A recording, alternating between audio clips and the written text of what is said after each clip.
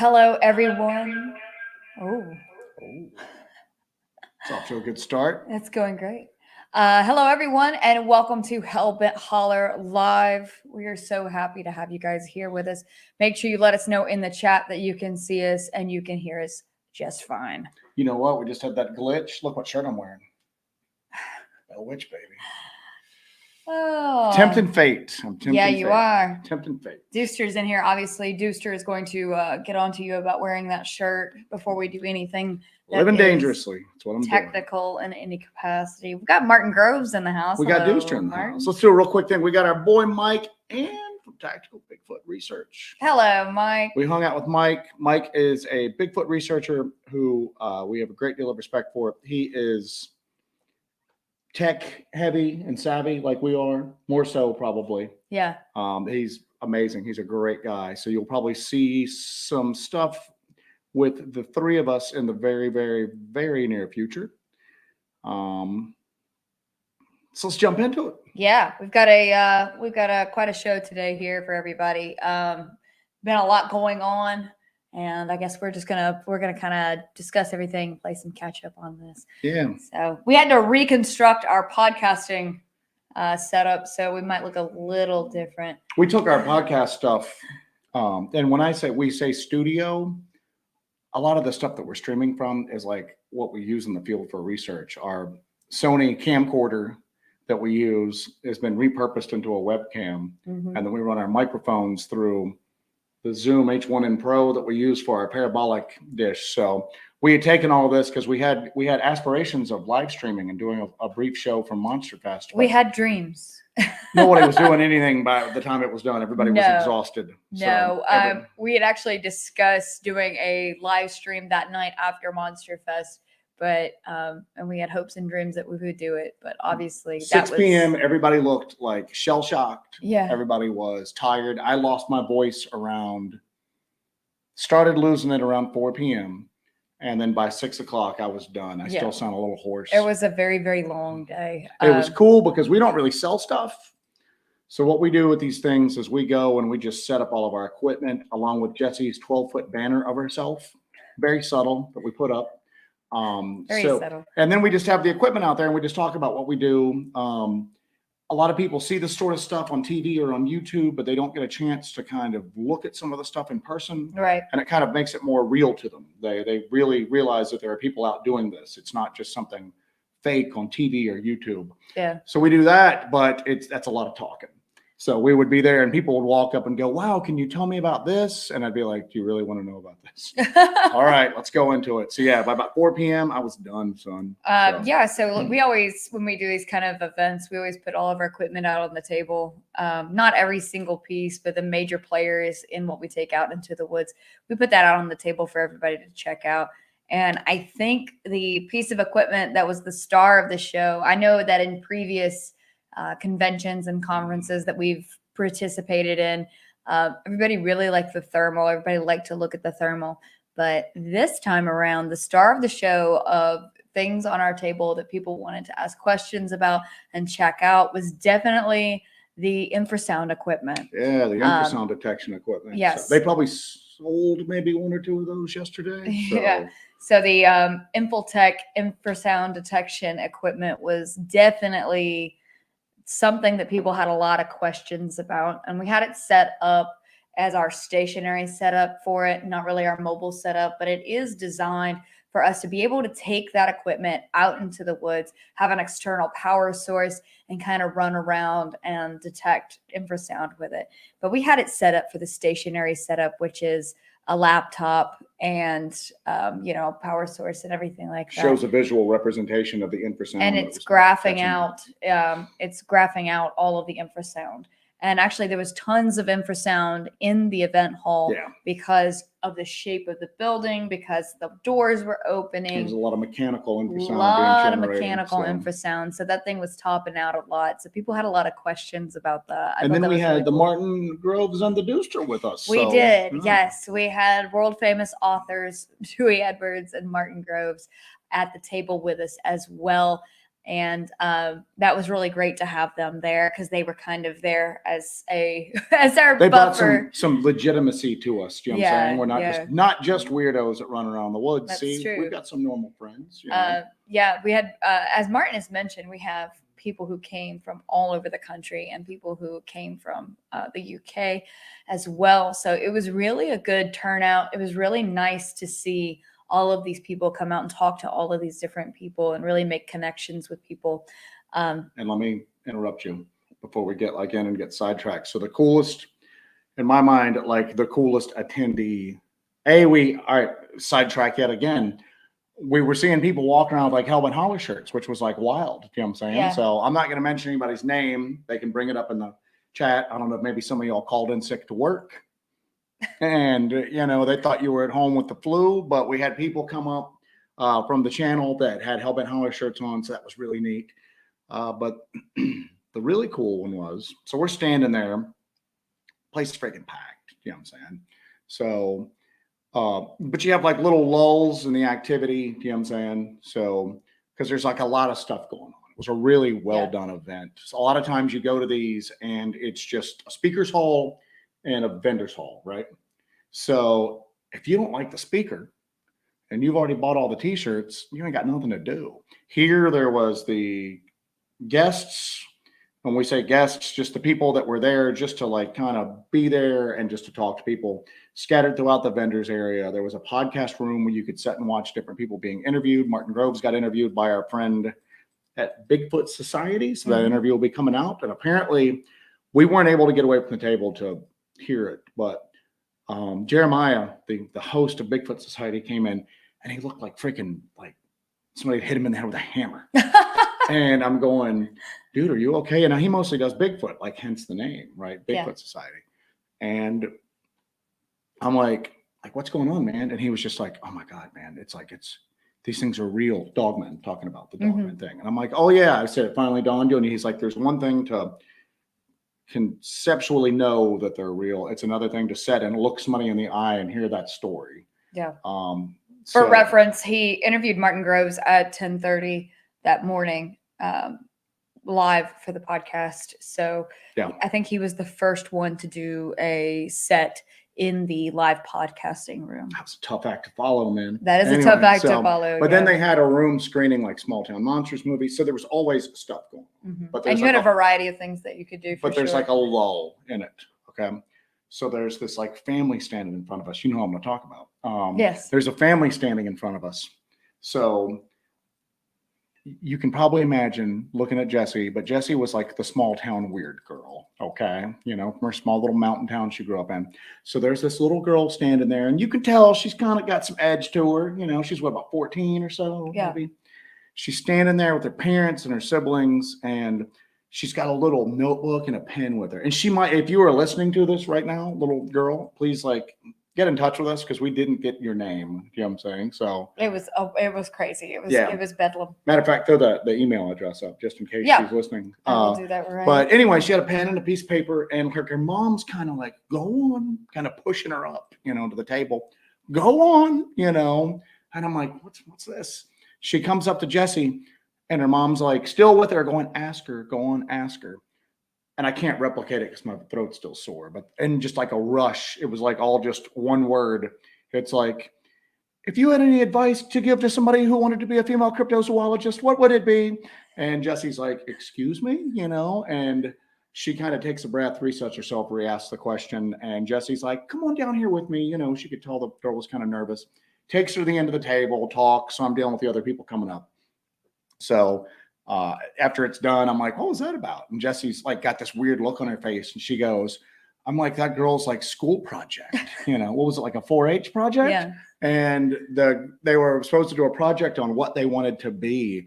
This girl wants to be like a cryptozoologist. So she came to the thing just to talk to Jessie to go, what advice could you offer? And I'm going, somebody just did a paper on you? How surreal is that? I'm a school project. And I'm not a science project, which is a school project. It's a school project that's not a science project. So that's good. So that was just absolutely bizarre. You know what I'm saying? So, and probably the coolest like highlight for it. It was definitely a surreal surreal kind of moment. Yeah, and we had a lot of kind of just weird instances throughout the day that kind of Yeah. makes you stop and go, all right, so this It's is pretty pretty cool, cool. so. Yeah. Yeah, so that was really cool. Yeah, I really appreciated her coming up and talking to me about that. And Yeah. you know, it was good to talk to her and give her kind of like my best pieces of advice for what to do. And it's kind of simple, but it was pretty awesome. That's pretty It neat. was very awesome. And what's pretty cool is that everybody that was there was like happy to be there. We Yeah. don't go to a lot of these things. Some of y'all do, and some of y'all at least have been to like one or two of them. You can sometimes tell that people are just there because they're contractually obligated, and they want to sell a few books, they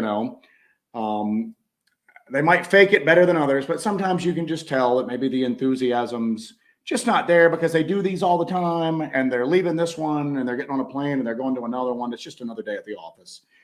Here, people were running around, you know what I'm saying? They were just, and we're talking about the people that were like guests, not the attendees, running around. Everybody was having a ball. Oh, everybody had a blast. Everybody was having a blast. Everybody was like, it was just crazy. It was just such a weird, good like energy to it. In terms of the organization of the event, it was flawless, man. second to none. Of course, Small Town Monsters, everything they do is great, and it just gets better and better and better. They've really done well at growing and evolving with everything they do. Their movies are getting better and better. Everything they do is getting better. Their graphics, just their constantly design, raising the bar, just man. constantly learning and getting better. They really have a good crew with them. And Courtney Swihart really put a lot of work into this, and you can really tell she really put a lot of work into it. And we are so thankful that she did, because it was such a wonderful event to attend. It was easy to attend. It was not. I think all the vendors had a great time. I think everybody, did very well. And it's because it was just designed around being a good, fun, easy time. A lot of work goes into making something look that easy. Mm-hmm. So that was really, really great. And so hats off to the Small Town Monsters crew. They just really, really knocked it out of the park. So hopefully they do one. I think Seth was talking about, oh God, I'm never doing another one of these again. And I'm like, oh, well, we'll see in a couple of weeks, because everybody had such a great time. Yeah, The response was so positive that they'll probably do another one. I don't see them not doing another one. So Monster Fest was really, really good. We got to meet in person a lot of people that we've been really wanting to meet in person and kind of make connections with. Shannon LeGros, I got to finally meet her in person, which is really awesome. We got to hang out with our buddy Mike. We got to hang out with Mike Ann. Yep. Of course. Tactical Bigfoot Research. We hung out with him. We learned about glowing wombat hair. Yeah, we had a blast with him, man. We got to hang out with like Aaron Dees from who just did the Texas Dogman Triangle book and movie. His book sold out. The first printing of his book sold out. By like an hour, I think, after the doors had opened, he had sold out. So there's a lot of real interest and like a serious look at these topics right now, which is really cool. It was a blast, man. It was an absolute blast. Yep. So, and again, there's some people in the chat right now. Actually, I see some names that were there. If you guys choose to go, hey, I was there, it's fine. We don't want to docs any of y'all. So, but people are talking about how you were an inspiration for that little girl. Now watch, you're going to get like a really strongly worded email from this girl's mother going, the family's now broke. We're losing the farm because Sally just wants like thermal imagers. You know what I'm saying? High powered flashlights. She wants a $500 backpack. It's all because of you. You know what I'm saying? Should be playing with dolls. These are good things. I wish I had actually bought those things when I was a lot younger and I could be a lot further along. Yeah, no doubt, man. But it was cool. She was set, man. She was prepared. It was just it was really, really, really freaking cool. Yeah. Bernie Gannon has a good little comment here. People are so curious by nature. Cryptozoology as a science is still on the frontier. Yeah, it's kind of the leading edge of some things, because you have so many people in the scientific community who laugh it off. Then they're going to for a long time, but we're kind of feeling our way around. Yeah, and it's weird because cryptozoology has traditionally meant, that search for like animals that aren't like recognized by mainstream science. experience. Yeah. And it's that term is just so evolved at this point to kind of go outside things like, the Tasmanian tiger and actual just animals that fit very neatly, on our understanding of the natural world, but they're just not, they're either thought to be extinct or they've just never been officially discovered. And then now, the way the term everybody uses it nowadays is for the weird stuff, like Bigfoot and Dogman and the Hopkinsville goblins and things that obviously aren't on, part of the normal animal kingdom. Right. And it's weird because you're starting to hear people, like Gary Nolan, who we talk about all the time, that's how he described it. He was going, cryptozoology is no longer just this. Cryptozoology is basically, you've got, ufology, which is looking into the lights and maybe the inhabitants of craft. And then cryptozoology is just for terrestrial things that are on the ground, Yeah. So it was just kind of cool when I heard him talk about that and how he just went that, that cryptozoology wasn't just for like the Tasmanian tiger anymore, that it's just been, that word has just evolved and the change is pretty much just accepted by everybody at this point. So, but it's very important to be brave in doing this and not being afraid to be the leading edge, and don't be afraid to challenge old ideas. Don't be afraid to think outside the box. Don't be afraid to pursue these things because, lest we forget, there was a time in which people were executed for suggesting that the earth went around the sun instead of the sun going around the earth. So, there may be a time in the future, some point, where we kind of make some headway on this and we really, get somewhere with it and have answers. And then the paradigm shifts again. The Overton window kind of moves a little bit every time something comes out or there's a new piece of evidence presented. So, but it takes people going out there and looking for that evidence. It takes, and that's why I thought it was so cool about that little girl. Cause I was going, hey man, I mean, this was not a small kid. This was not like how everybody wants to be an astronaut when they're like 6 years old. Do kids still want to be astronauts? I think they just want to be TikTok stars. Yeah, exactly. Well, but I mean, this kid was, I can't even say kid, this young lady was, old enough to kind of have some thought, behind it, and I just thought it was just so neat that this is, I mean, obviously she's not going to be a profession. Who knows? Maybe so, man. Maybe she'll figure out a way to do it like full time, but even if it's just like a passionate, like amateur pursuit for her, would be really freaking cool. What would be awesome though, is like, say that this young lady just gets into it, and like 30 years from now or so, she like brings a body in on a slab or something like that, she's like world famous, they trot little old you out with your cane. I'm like 120 at that point. My hair's still blue. But, trot you out and she'll be like, oh, Jesse was my big inspiration. It'd be awesome, man. I'm having trouble processing all of this. Yeah, exactly. Kim Drescher says, I want to see more of these events all over the United States. Not everyone can get on a plane and I think travel. you're going to see them. I think you're definitely going to see that. It seems like there's starting to be some kind of festival or an event for every type of monster in every region. So I think that that's really starting to gain some steam. And it's not just Bigfoot anymore. It's kind of surrounding everything else. So I think that's really awesome. I think there was a big magnifying glass on Bigfoot for so long that I think people are starting to get almost tired of Bigfoot in a way. Well, they're just tired. It's just because there's other mysteries out there. And there's a lot of mysteries. And I think Bigfoot's like the gateway drug. Yeah, for sure. For sure. It's. I think that was definitely what happened with us when it came to cryptozoology. Is you start with Bigfoot. That's the most widely known. And then you either become interested in other stuff or you actually experience other stuff. Yeah. Central Florida Bigfoot is in the chat. Central Florida Bigfoot is our friend from Florida, needless to say. Would you say Central Florida? Central Florida. And we were with our buddy from Tactical Bigfoot Research, and they do a lot of work together. So we were like, hey, let's video call Central Florida Bigfoot and just kind of razz him because he's not here. So we get in touch with him on video call, and like we're hanging out in like a hotel lobby. Central Florida Bigfoot is like on a bike with like a GoPro on his hat, deep in the swamps. So we're going, Jesus, we're like lounging around a hotel while this dude's like busting brush through the swamp, So anyway, enough of that. people just kind of going through the chat. We'll get to the news story that broke today here in a bit. Yeah, if for anybody's sure. got anything. We're going through the chat right now. Yeah. Make sure, since we're starting out here, let's go ahead and hit that like button if you guys are Hit the in like here button. watching this show.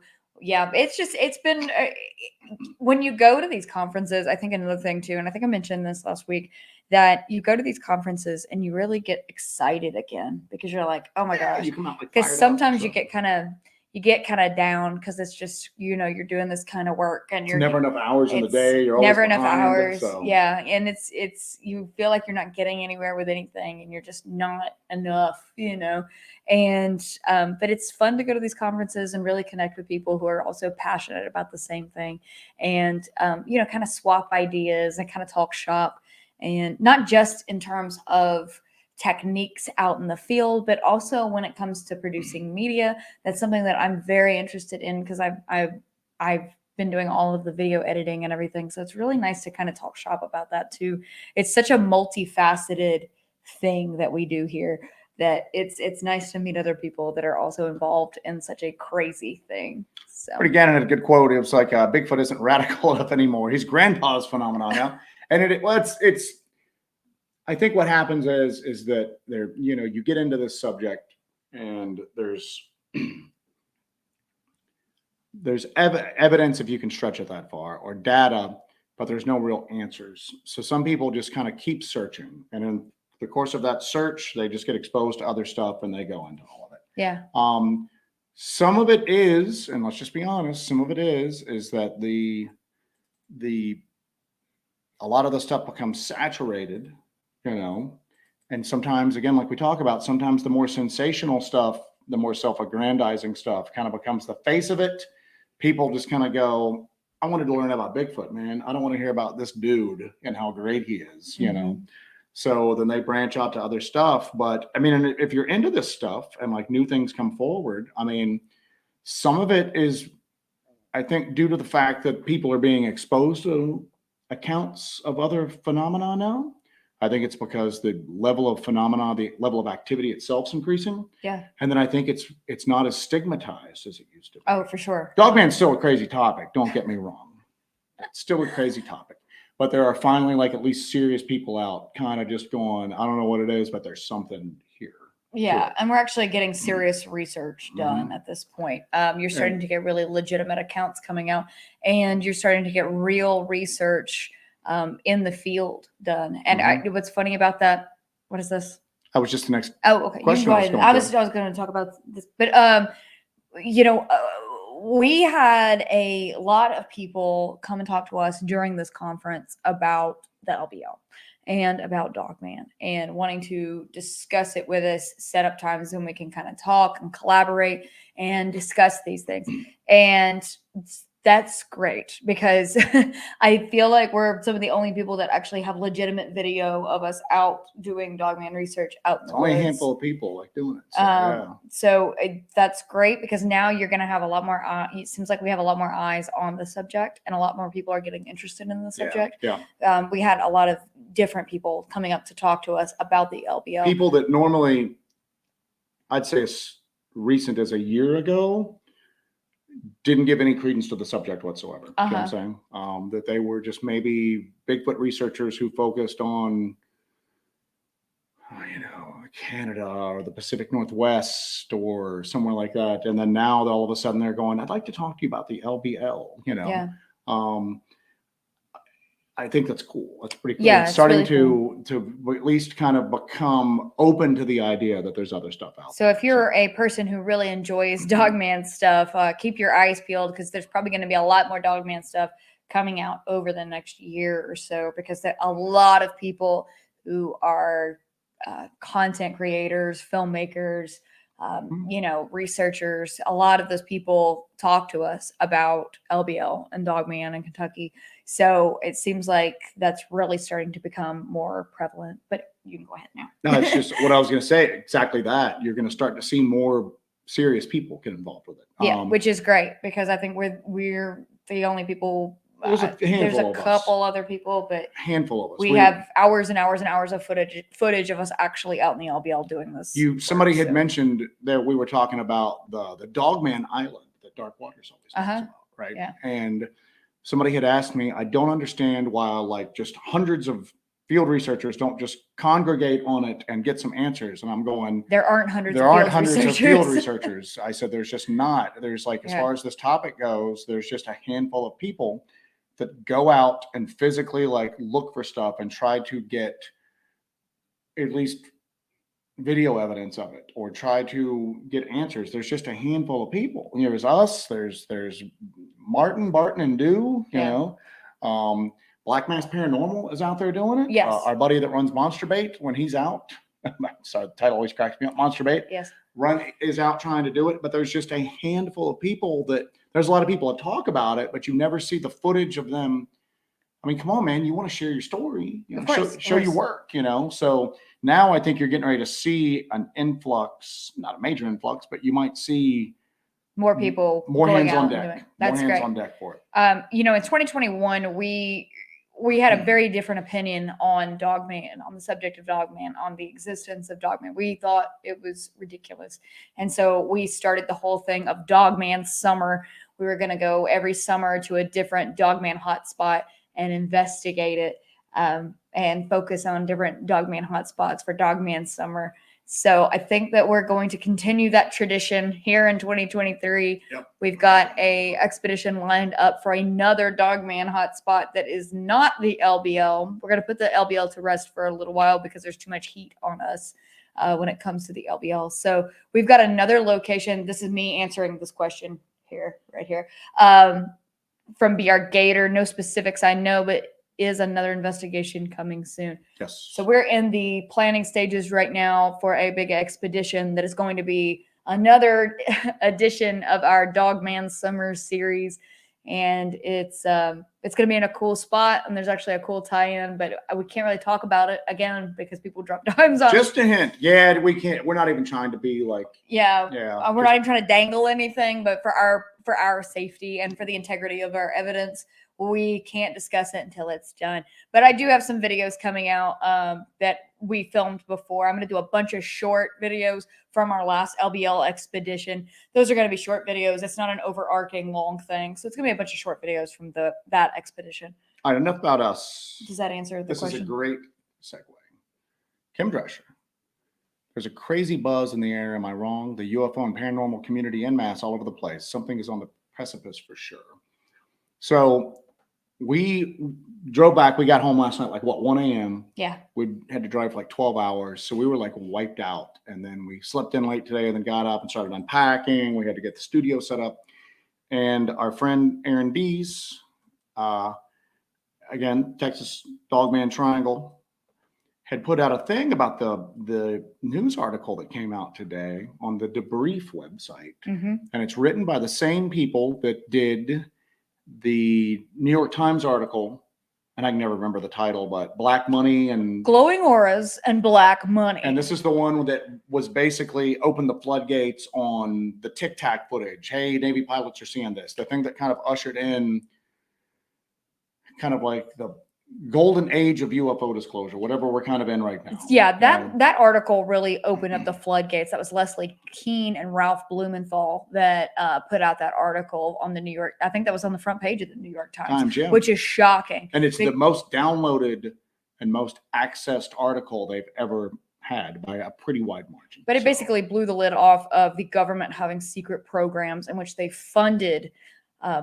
agencies looking into the existence of UFOs and looking into the legitimacy of these UFO sightings. And we also found out that they were funneling money into looking into whether werewolves exist. Yeah, that was part of it. And other sorts of paranormal phenomenon. So it wasn't just UAPs or UFOs. They were looking at all kinds of phenomenon. And I know that the government is very famous for wasting tax dollars. And I know that the guy from the basement office. He started out it's something happened with that, man. I no longer treat that as he is not an impartial person as far as this topic goes. Do you think someone got to him? I don't know, man. It sounds like, it almost seems like he's been wronged, or he feels he's been wronged somehow. He didn't, anyway, we won't segue on that, but yeah, he started off very strong on it, going, there's something here. And then now he's just basically Debunking, trying to do everything he can to show that it's just nothing's there. Yeah, I So- think that and he was of the opinion that this was all a waste of money. It's a waste of money and Nothing a to waste of see time. here. Move Nothing along. to see here, which is common story. Yeah. You've got your Project Blue Book kind of stuff going on there, but it kind of blew the lid off of the government funneling money towards research and uncovering what was going on specifically with UFOs, but it also branched off into other areas of the paranormal and paranormal phenomenon. Yeah, they were looking at reports of subterranean goblins and werewolves as well. But anyway, they were doing that. And we had mentioned a couple of weeks ago an interview with Gary Nolan, the scientist that they brought in to look at some of the physical effects that people have basically had after having a UAP or a UFO encounter. He had made comment that there had been recent whistleblower testimony behind closed doors in Congress. And his exact words were, it's kicked a hornet's nest over as far as just like activity. There's just a lot of people walked out of that closed door meeting, and it was just a frenzy of activity afterwards. So today, the guy that he was talking about came forward. There's a face to him. There's a name to him now. He has come forward, and basically what you're seeing is when they first did this law, basically saying, if you're a whistleblower and you've previously signed a non-disclosure agreement, you can come to us and speak to us, and there'll be no penalty for breaking that non-disclosure agreement. Yeah. Okay. So basically as Congress is the final word when it comes to a lot of stuff, because it is the representative of the people, that just usurps any kind of NDAs. So, and when that came out, I went, come on, man, do you think that's going to do anything at all? People, it's in this day and age, it's just, I don't think that's going to have any effect. Okay. Obviously they've kept this hidden from Congress for decades. What's Congress going to be able to do? Apparently Congress can do some stuff as far as this goes. And if somebody in the chat can correct me, I'm wrong, because again, we had to read this very quickly, digest it very quickly, and then kind of get on the air. But they had a whistleblower come forward, okay? And he started talking about the fact that there are crash retrieval teams, and it's not just the US, and that there's basically a shadowy Cold War going on with the US and other countries all trying to get these downed craft and weaponize them. And he came forward and he started talking about it. And then I guess there was some retaliation towards him, that retaliation that keeps so many people in line and keeps them quiet. Well, he went and filed a complaint going, come on, man, you guys said you were going to keep whistleblowers safe. I'm getting retaliated against. And the inspector general for the intelligence community basically just went, yeah, that's exactly what's going on here. And they coded it as being urgent and got him in front of actual like senators and congressmen and women. So he actually resigned from his position, and he was a high level reconnaissance national reconnaissance officer, and he resigned from his position in April of this year. And he resigned from his position simply to go forth and tell the truth to the people. He was tired of seeing what was going on, that there's all of these black budgets going to all of this research that is intentionally hidden from Congress. There's no congressional oversight to these groups, these generational offices that nobody knows about, and they're getting money funneled to them without any congressional oversight. This individual, his name is David Charles Grush. He has been referred to as beyond reproach. They had a guy he has the utmost moral character. That's in all of his assessments by his department. They said that he had the utmost moral character and moral compass. So obviously this is a man who has a high level of integrity, and something has set him off. Something about this whole program has set him off, because he's had knowledge about this program for years. And now something is going on to where he resigned And then he came forward and went directly to Congress, blew the whistle on this. And then there's been some kind of retaliation. So now there's a filing where they're going after these people who retaliated against him. Yeah, that was the crazy part about this. And this is what makes me think I didn't think actual changes would happen, because we've just been decade after decade of going, it's going to happen any day now. The We're going to see can has something been happen. kicked down the road. But now what happened is that he went to the Inspector General's office and said, there's retaliation going against me for coming forward.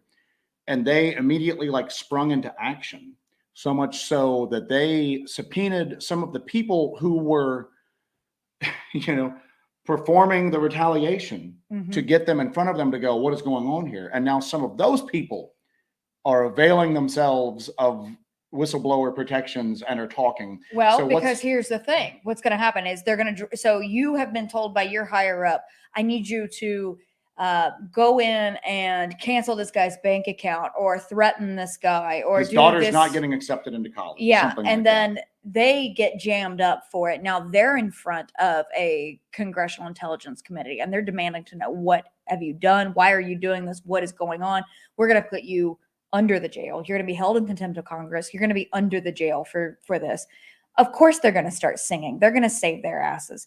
They're going to go ahead and they're going to whistleblow as well. This could actually start a chain reaction of disclosure, unlike anything we have ever seen before. Because you know that they're going to just go and they're going to just sing like birds to save their own asses. I don't even think it's to save their own skins. I don't think it's, there might be some of that. I think what's happened is that there's been this constant overarching threat that everybody involved in these projects lives under. Even if they're the ones who are responsible for implementing the threats, they still live under that same threat. Yeah. And it's basically like this. Go ahead and tell people, but we're going to get you. And no one's going to believe you anyway. So why take the risk? Because no one's going to believe you anyway. So it's basically the prisoner's dilemma here. Oh yeah, you're going to get punished, and it's not going to change anything. So you're going to basically cause you and your family undue hardship for no reason at all. And that's why it's kept people in line. And I'm not talking about people like, just the guy on Facebook talking about, I was a government, agent that did this and this. I'm talking about legit people that you can see their pay records and their tax returns. I work for the government. Here's my educational and my service background. But it's because the general population thinks the UAP topic is absurd. No one's going to believe you. Okay. There was a skit, and I think it was like on Mad TV or Saturday Night Live, like years ago. And Mr. Rogers, the actor playing Mr. Rogers, for the skit, would go into small stores and start harassing people. You know what I'm saying? And then when people would complain, he'd fall back right into the Mr. Rogers thing. Well, no, I would never say, and then as soon as the person that was being complained to walked away, he went right back into like evil Mr. Rogers thing. So it's Wayne Brady on the Chappelle Show. Basically, yes. Yes, exactly right. And even better, yeah, damn. Yeah, it's an even better one. But what happened is that over the past few years, the public doesn't think it's so crazy anymore. Yeah. And the people who are in Congress doesn't think it's crazy anymore. So now I think 10 years ago, if somebody tried to come forward and go, there's crash retrieval teams. We have technology that's not human. And we'll get to that in a second, that they don't necessarily say extraterrestrial. They just say not human. Non-human. Non-human technology made by non-human intelligences. Well, we know it's not salamander technology. So. Well, but I mean, the guy said, he was asked, and they went, do we have spacecraft? Is what you're saying. And he goes, well, that's probably the wrong term for it, but we have something. That's kind of scary. Okay. If you kind of analyze that statement, are you saying it's spacecraft? Okay. So no, it's interdimensional. So it could be interdimensional. It's coming through, and people. Or this could be something that's coming from a subterranean. Yeah, place. Exactly. Well, people always go, and we're kind of digressing here a little bit, but people always go, if it flew untold light years to get here from another solar system, a different part of the galaxy, it's certainly not going to crash. Well, that's not to say that anything's foolproof. You know what I'm saying? I mean, they're aliens. They're not gods. I mean, there's still room for error. But here's the deal. What if they're not? What if it is something that they can do, but it's still difficult.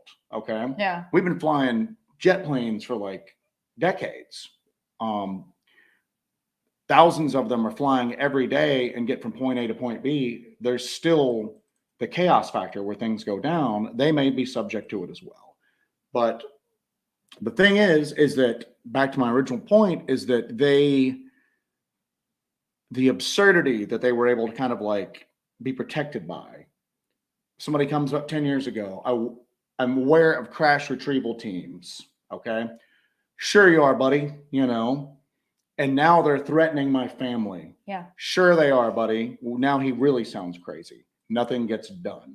I think the turning point that if this story ends up being true, the turning point is A, he came forward to take advantage of this protection that Congress is offering. And then B, he went, you all promised me protection and I'm already being retaliated against. And they immediately sprang into action to address the retaliation. Right. Now people are really going, holy crap, I can come forward. And if they try to strike back at me, I'm going to be protected. Because at the end of the day, Congress controls the most important thing in the whole country. They control the money. Yeah, the purse strings. For and sure. Apparently there's a lot of, both parties are involved in this, regardless of your political affiliation and what you think of the other side and everything like that.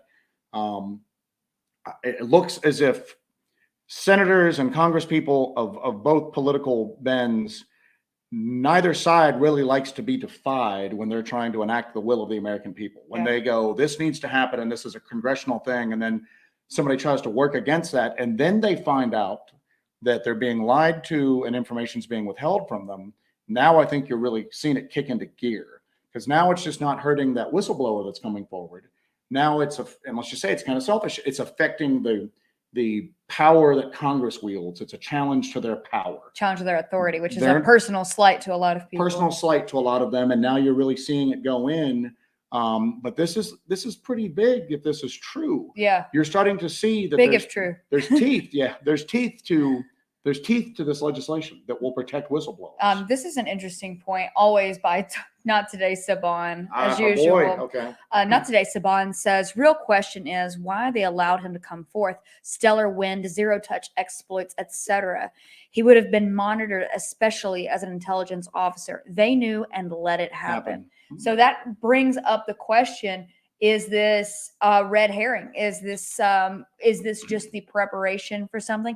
Is something bigger coming down that this is kind of priming people for? Or is this getting us ready for a false kind of flag operation a la, Project Bluebeam? I think that, and here's my current viewpoint on it, and that's obviously subject to change. I think that if the government had the power to be faking the stuff that's seen in the skies and on the ground and in the oceans day after day, year after year, they've got enough power that they wouldn't need a fake Project Bluebeam. They just do whatever the hell they wanted to do. Okay. I mean, we had holograms of Tupac, so let's be real here. Exactly right. They do have the technology. And they do. And again, there may be two things going on here. There might be legit non-human intelligence operating in our skies, and there might be human government agencies also operating in our skies with test vehicles, and there might be other human government agencies that are trying to use the situation to get power. This is not going to be a black and white thing. No, absolutely not. But never is.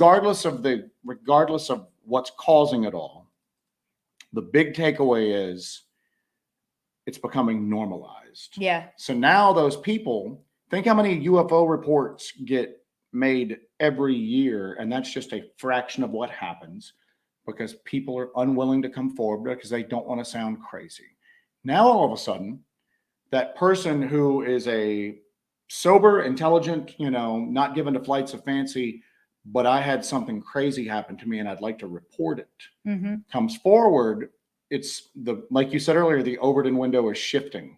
Yes, of what's acceptable, what we can accept. How far can we push this? So how does that affect us and the people that are in our chat and the people that are interested in the topics that we look into?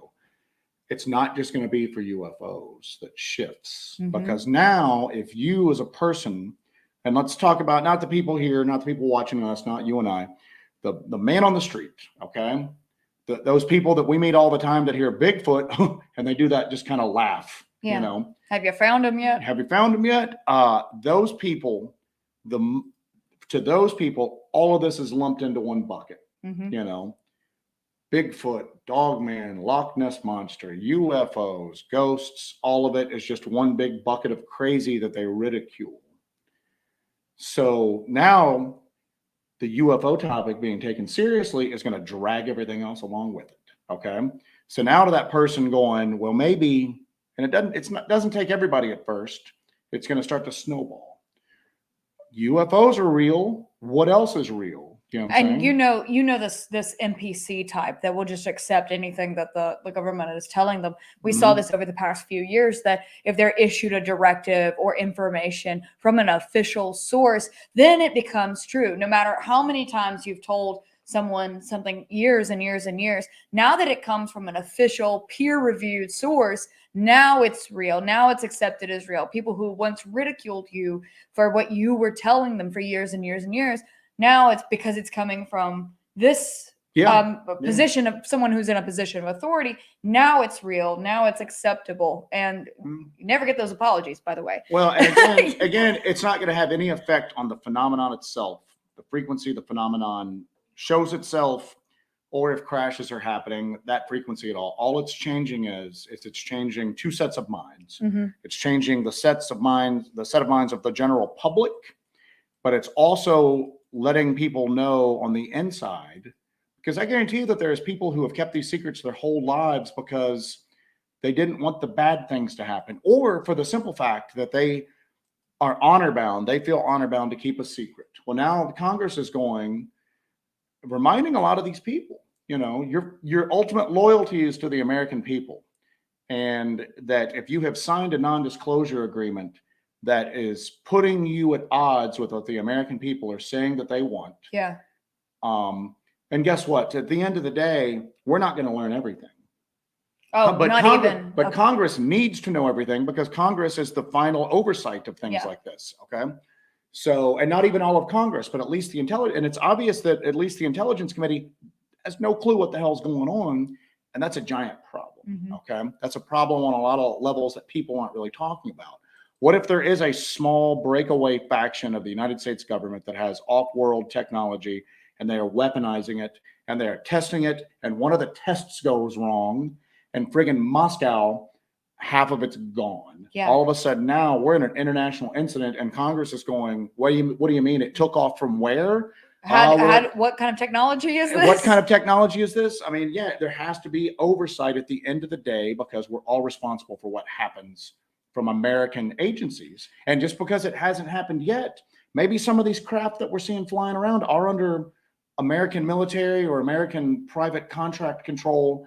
At the end of the day, keyword there, American. And if something goes wrong, we're all responsible. So, and I think with the internet and exposing everything, people have way more information way quicker than ever before. You can't have characters who are, you know, legacy characters in the government, and like John Alexander, who can basically take a black budget and go do whatever he wants with it anymore, because somebody's going to get out. Somebody's going to say something. These whistleblowers are going to come forward. Now they are. Now they are. They wouldn't. Yes. Well, you know, think about in the 80s, the 90s, like there was no outlet for this. You had 4 major news channels, you had 4 major newspapers, and that was it. Now you've got websites like The Debrief, you've got all of these independent journalists who are out there, and you know, they're actually looking for a story. They're actually doing journalism. But you've actually got that going on. And then you have the public. You have the public eyes actually looking at this in mass for the first time ever. You have more people looking into this subject and asking questions and encouraging people who know something to come forward, and really getting rid of that taboo and that stigma. So you have more people coming forward. I think that everything is kind of coming to a, it's boiling up to a head here. Let's look at Bob Lazar. Bob Lazar, right or wrong, doesn't really matter. Doesn't matter for this analogy. Let's say Bob Lazar is telling the truth about all of it. Okay. short of having him killed, and according to his account, that's why he came forward so publicly, was to avoid, he thought he was physically in danger, and he thought the best way for his own safety was to get it in out there. front of the story. Mhm. Okay. How would they have treated him any differently if it was true than what he claimed? They've erased my educational background to a certain extent. They've done this to me. They've done this to me. They've done this to me. If it's fake, how would reality differ from that? It wouldn't differ from it very much at all. And I think that people look at that. I often go, at the end of the day, Bob Lazar doesn't know that much. Yeah. You know, he's just telling you what he saw, but he doesn't really have a lot of information. The dude who came forward today. Well, Paul M had a good comment about that. You know, people, Paul M says, people who claim to be government agents are never government agents. First red flag. There are security clearances and compartmentalized methods that few know about, or SOP of how these things work. So yeah, it's compartmentalized. So what he knows, they even said that they showed him things that weren't real to maybe like throw him off track. Herring down, yeah. They red herring him, but everything is so compartmentalized, and there's fail safes for all of this. Yeah, but what you're seeing today is supposedly, and this may have changed because I guess the story is still evolving. This guy is not just going, hey, it's real. We've got it. Apparently there was some substance to it. It wasn't just a general statement.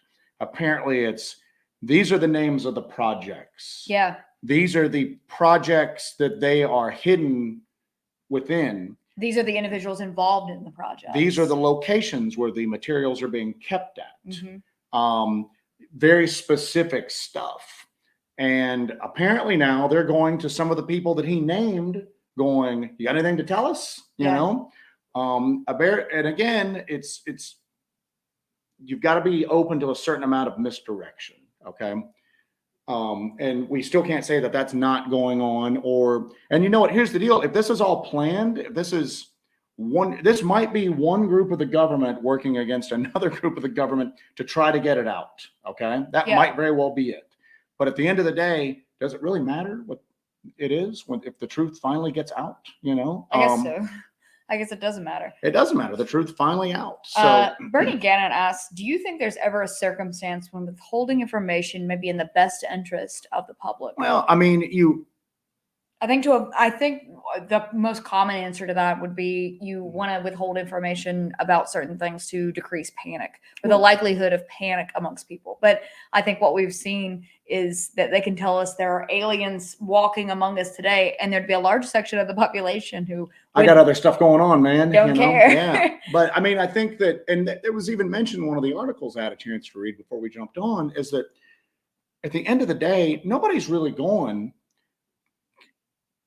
give me sensitive state secrets that is going to jeopardize the safety of my fellow Americans. Do you know what I'm saying? Because according to this guy, and I can't remember his name. What's his name? David Charles Grush. So Grush says that there's that shadowy Cold War going on where the United States and the Russians and the Chinese and other nations are basically constantly competing to get downed craft. So if they're competing, obviously they know we've got it and they know they've got it. So if the United States government came out and went, here's what's up. We've got some of these, let's just call them downed craft. We've got downed craft. We have evidence of non-human intelligence, and we are in possession of non-human technology. How is that? I mean, the Russians know we've got it. The Chinese know we've got it. They've got it.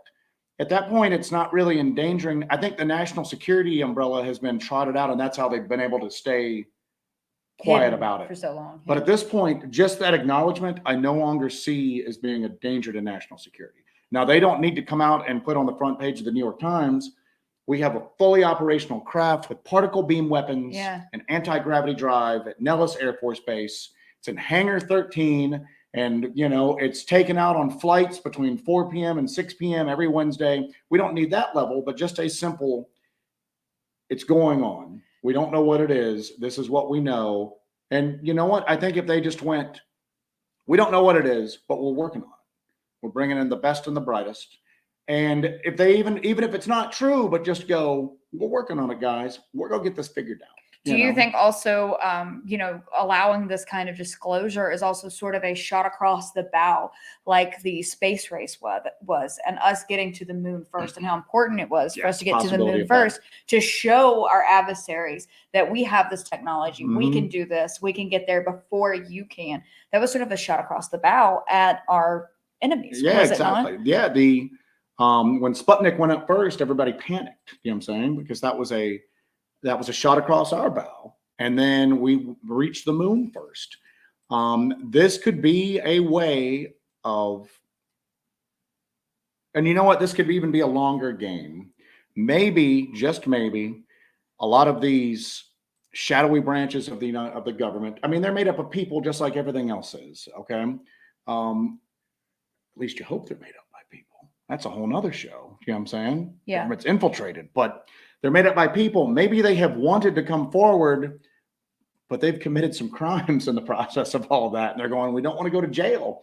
But they're going, maybe, just maybe, if we manipulate the system to make it so that they want it so bad, they're willing to offer us immunity. And that's what's happening right now. They're starting to talk about, hey, if you've committed a crime, we're willing to overlook that in case, for you to bring forward this information to us. Yeah. Maybe they're kind of manipulating it because they need an exit where they don't end up in Leavenworth, where they don't end up in jail. They don't end up sued for every penny that they have. They want to come forward with the information. They're so caught up in the lie, they can't get out, and they need an out. And maybe that's what this is starting to evolve into, And I mean, there's still going to be secrets we don't know about, and that's fine. And I don't think anybody is going to challenge that. I mean, some people will. Some people want everything, no matter what the cost is to the nation, to the world. But I think that a lot of people just want to know that it's true. A lot of us already know it's true. A lot of people either want vindication or they just want the mystery solved. Because the moment they go, hey, it's all true, this stuff's going on, now that opens it up to another Manhattan Project. Now they can work semi in the open. There can be real resources put to this, because no matter what sort of black budget they're operating under, there's still constraints to keep it from the public eye. Okay. Mm-hmm. And now you open up the floodgates, and maybe these technological, enigmas that we've had since the 40s or maybe even beyond that we've never made any headway on. Well, now you get the A-team on there. Mm-hmm. You know what I'm saying? You don't have these like C-list government scientists working on it.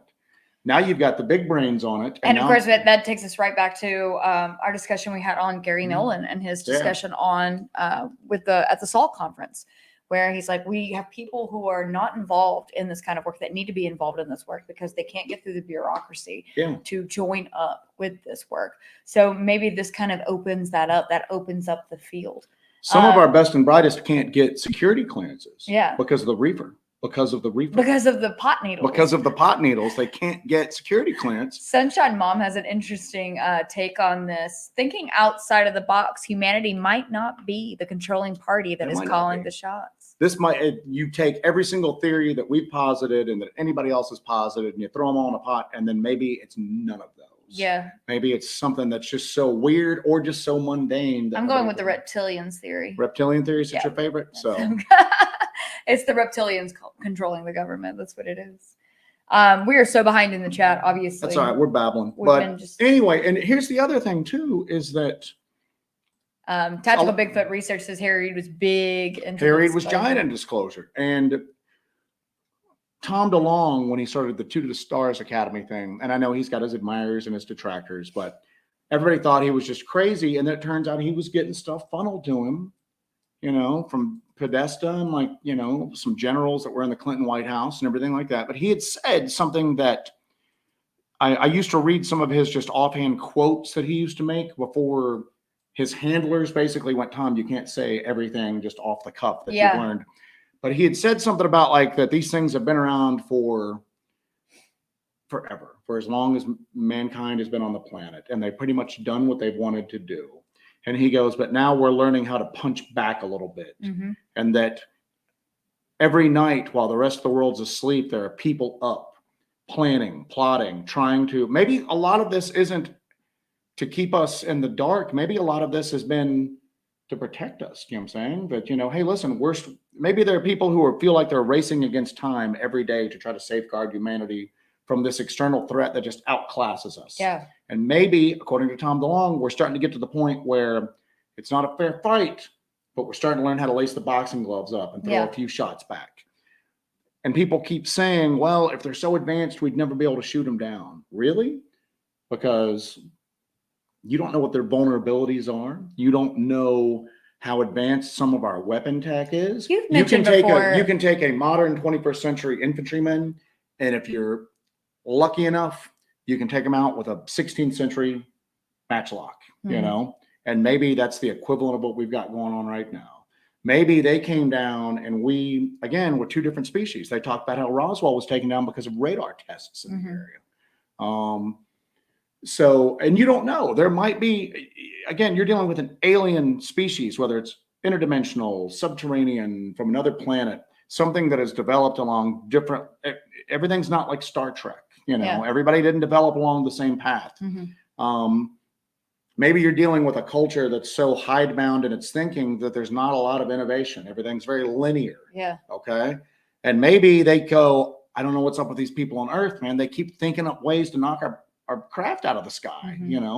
We got to keep an eye on them because they're obviously dangerous. Or maybe they're here and they've always been here and they've always had a huge technological gap, but now every year that gap's shrinking. And maybe they're not a million years ahead of us or 10,000 years. Maybe they're 100 years ahead of us. And maybe in 5 years, they'll only be 50 years ahead of us. So I think that might be why we're starting to get more of these. Or maybe the combination of their recovered technology and the technology we have could give us that edge to get ahead of them. Yeah. And I know that our thing is like physical cryptids on the ground, and it's ventured into the weird light phenomenon, especially that portal thing we saw. But again, the thing is that if you're like us and you think all of this stuff is tied together, I don't think that there is an intergalactic empire sending ships through our atmosphere, zoom around Earth, do whatever. I think that there's an alien intelligence that is in what we would term another dimension. Okay? Yeah. Maybe there's an alien intelligence that's just right here on Earth, that's from Earth, that we don't have the ability to see, but now that we're developing new sensor tech, we're starting to be able to detect them. Okay. We don't know what it is, okay?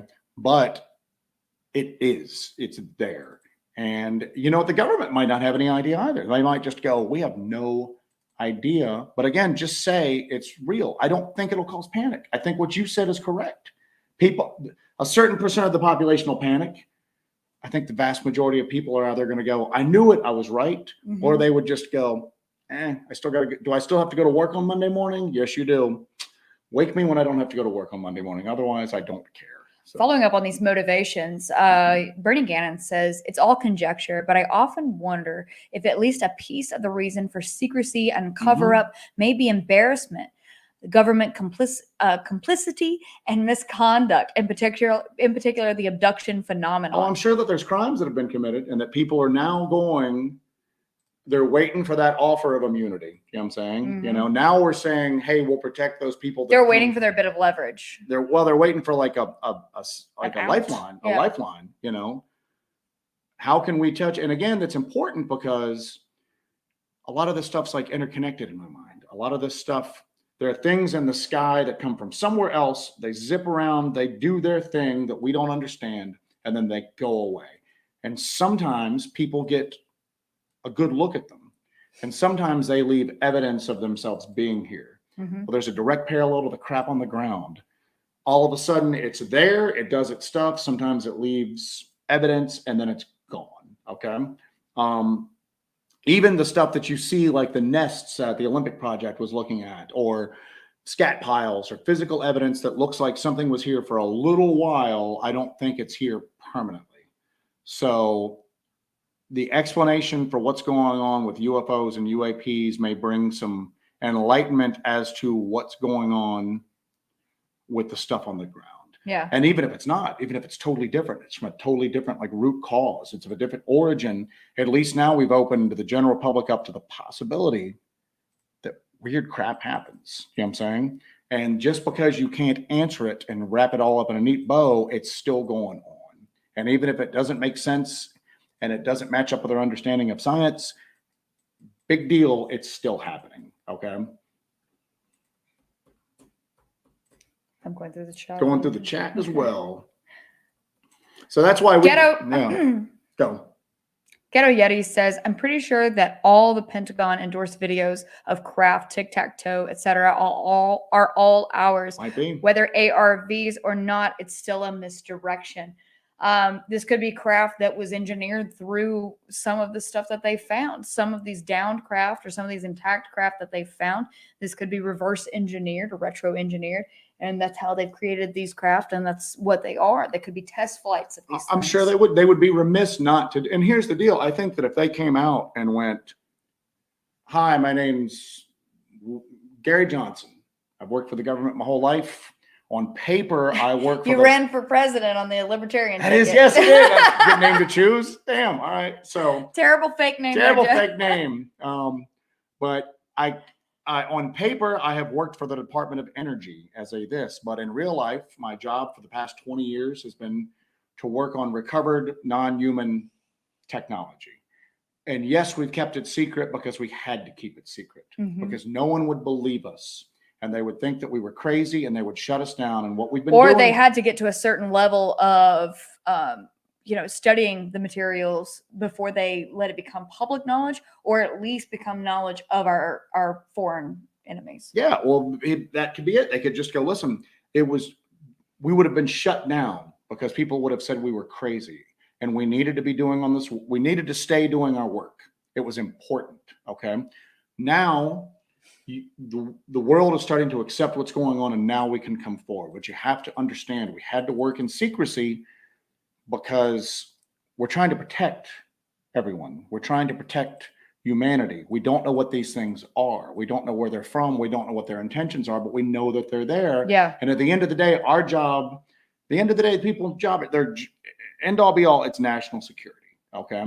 And to further national security, we had to do this, but now, thank God you all are ready to hear what we know. I don't think anybody would, and if they went, you know what, we had to do some tough stuff along the lines. We had to sometimes resort to some illegal methods we did what we had to do to keep the project going, to keep America and by a greater extension, humanity safe.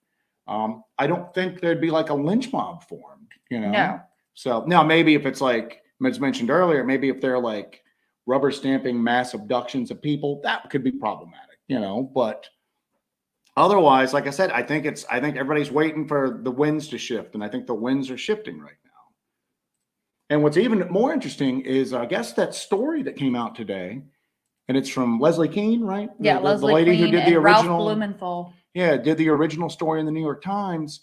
There was a little interesting blur because I guess this was originally supposed to be, I've heard both, published in the New York Times again or the Washington Post.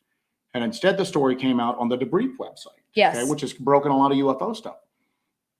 At first, people were saying, well, it's because the story has not been verified and the newspapers weren't willing to kind of debunk it, to kind of cast some doubt upon the story. Mm-hmm. Well, Blumenthal came forward and went, no, they were going to do it. It's just that there's something going on behind the scenes right now where we needed to get the story out now. And you're going, well, what's happening behind the scenes that you need to get the story out now? And I'm thinking it has something to do with getting this dude's name into the public domain, just like Bob Lazar. I needed to get out I needed to be on every television in America so I'd be safe. I think maybe they had to get this dude's name out there, keep his ass safe. So. Not Today Saban has something along those lines. Think that they're hoarding this development for defense and this. Let's start over. I'm having trouble reading these today. Think they're hoarding this development for the defense in the sense of potential global wars.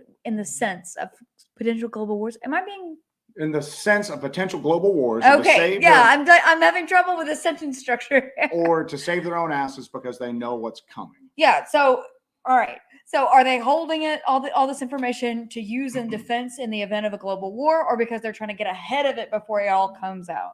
Possibly both. Yes. There might very well be. Sorry, I butchered that. I'm sorry. There might very well be, as our understanding of this technology, and maybe it hasn't grown by leaps and bounds, but apparently it's advanced enough. Maybe they have literally looked at some craft and gone, This is what's going on. These are interdimensional invaders. And I already am poking holes in that theory as I go, well, why didn't they invade before we developed the technology to possibly resist them? Okay. Maybe they couldn't. Maybe they didn't expect us to advance this quickly. Don't know. There's a lot of unknowns. But at the same token, at the end of the day, the people, at least in our government, national security would be anything. National security could be China, or it could be, something from the Crab Nebula that's coming here to Mars wants our women. All right. So both of those, I think, would be a legitimate threat. I mean, the government war games everything. So I think that both possibilities are done. But at the end of the day, I don't know. But apparently we're not the only government doing it. And that's what's weird to me, is that some government out there somewhere wouldn't. What's maintaining that secrecy? Why is everybody keeping it secret? It seems like some government would go, it would show up on like a Russian May Day, parade or something, here comes all the tanks. Here comes all the Here's our crashed missile UFO. trucks. Here's a UFO on the back of a truck with Russian soldiers waving from it, and I mean, there's been governments that have put like fake airplanes or fake missiles into parades before to demonstrate their might. Why wouldn't they, even if they couldn't fly it, trot something out like that? Just going, don't mess with us, because we got this. Yeah. We may know how to use it. You know what I'm saying? So I don't know. None of it makes sense. Goshawk had a comment about, the more advanced civilization being taken out by us. And I was going to mention this, but I figured Joe would get mad at me. But Goshawk said they figured it out in the movies of Independence Day. They got taken down even though they were more advanced. Exactly. I was going to say, well, and we remember in Independence Day when Uncle Eddie kamikazed the mothership. So, but yeah, it's yeah. It's that's true. That's true. It's just because they're a more advanced civilization doesn't mean that they can't be taken out by something else. We're popping over here real quick, and we're going to change. We may circle back. I hate that. You just put that comment up. I know. Oh, okay. All right. I meant to do. We may circle back to what we were just talking okay. about. But there's the children going missing from Ohio that came out that we missed the story on. And was it Ohio?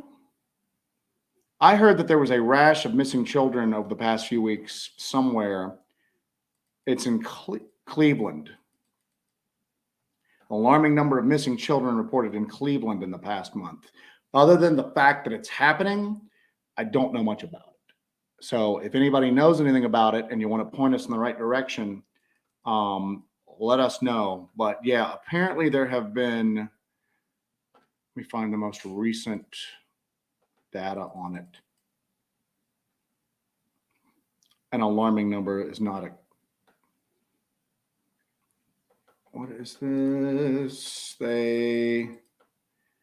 Nearly 30 children reported missing in 2 weeks. Whoa. In May.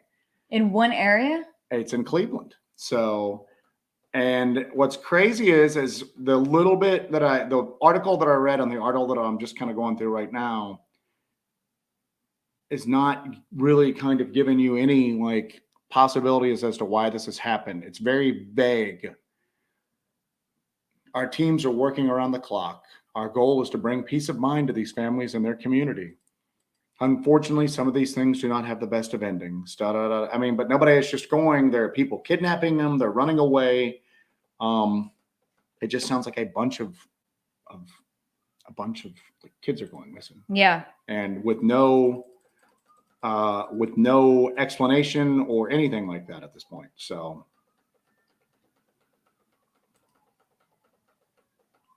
There's a lot of, I don't know if you guys can hear that. A lot of sirens going down as we start talking about that.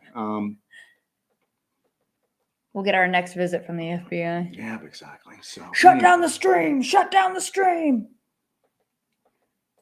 I'm going through the chat. People talking about Bob Lazar. Yeah, Bob Lazar is like he's there are people who've met him and then they just go. They just don't believe a word he says. Mm-hmm. Yeah.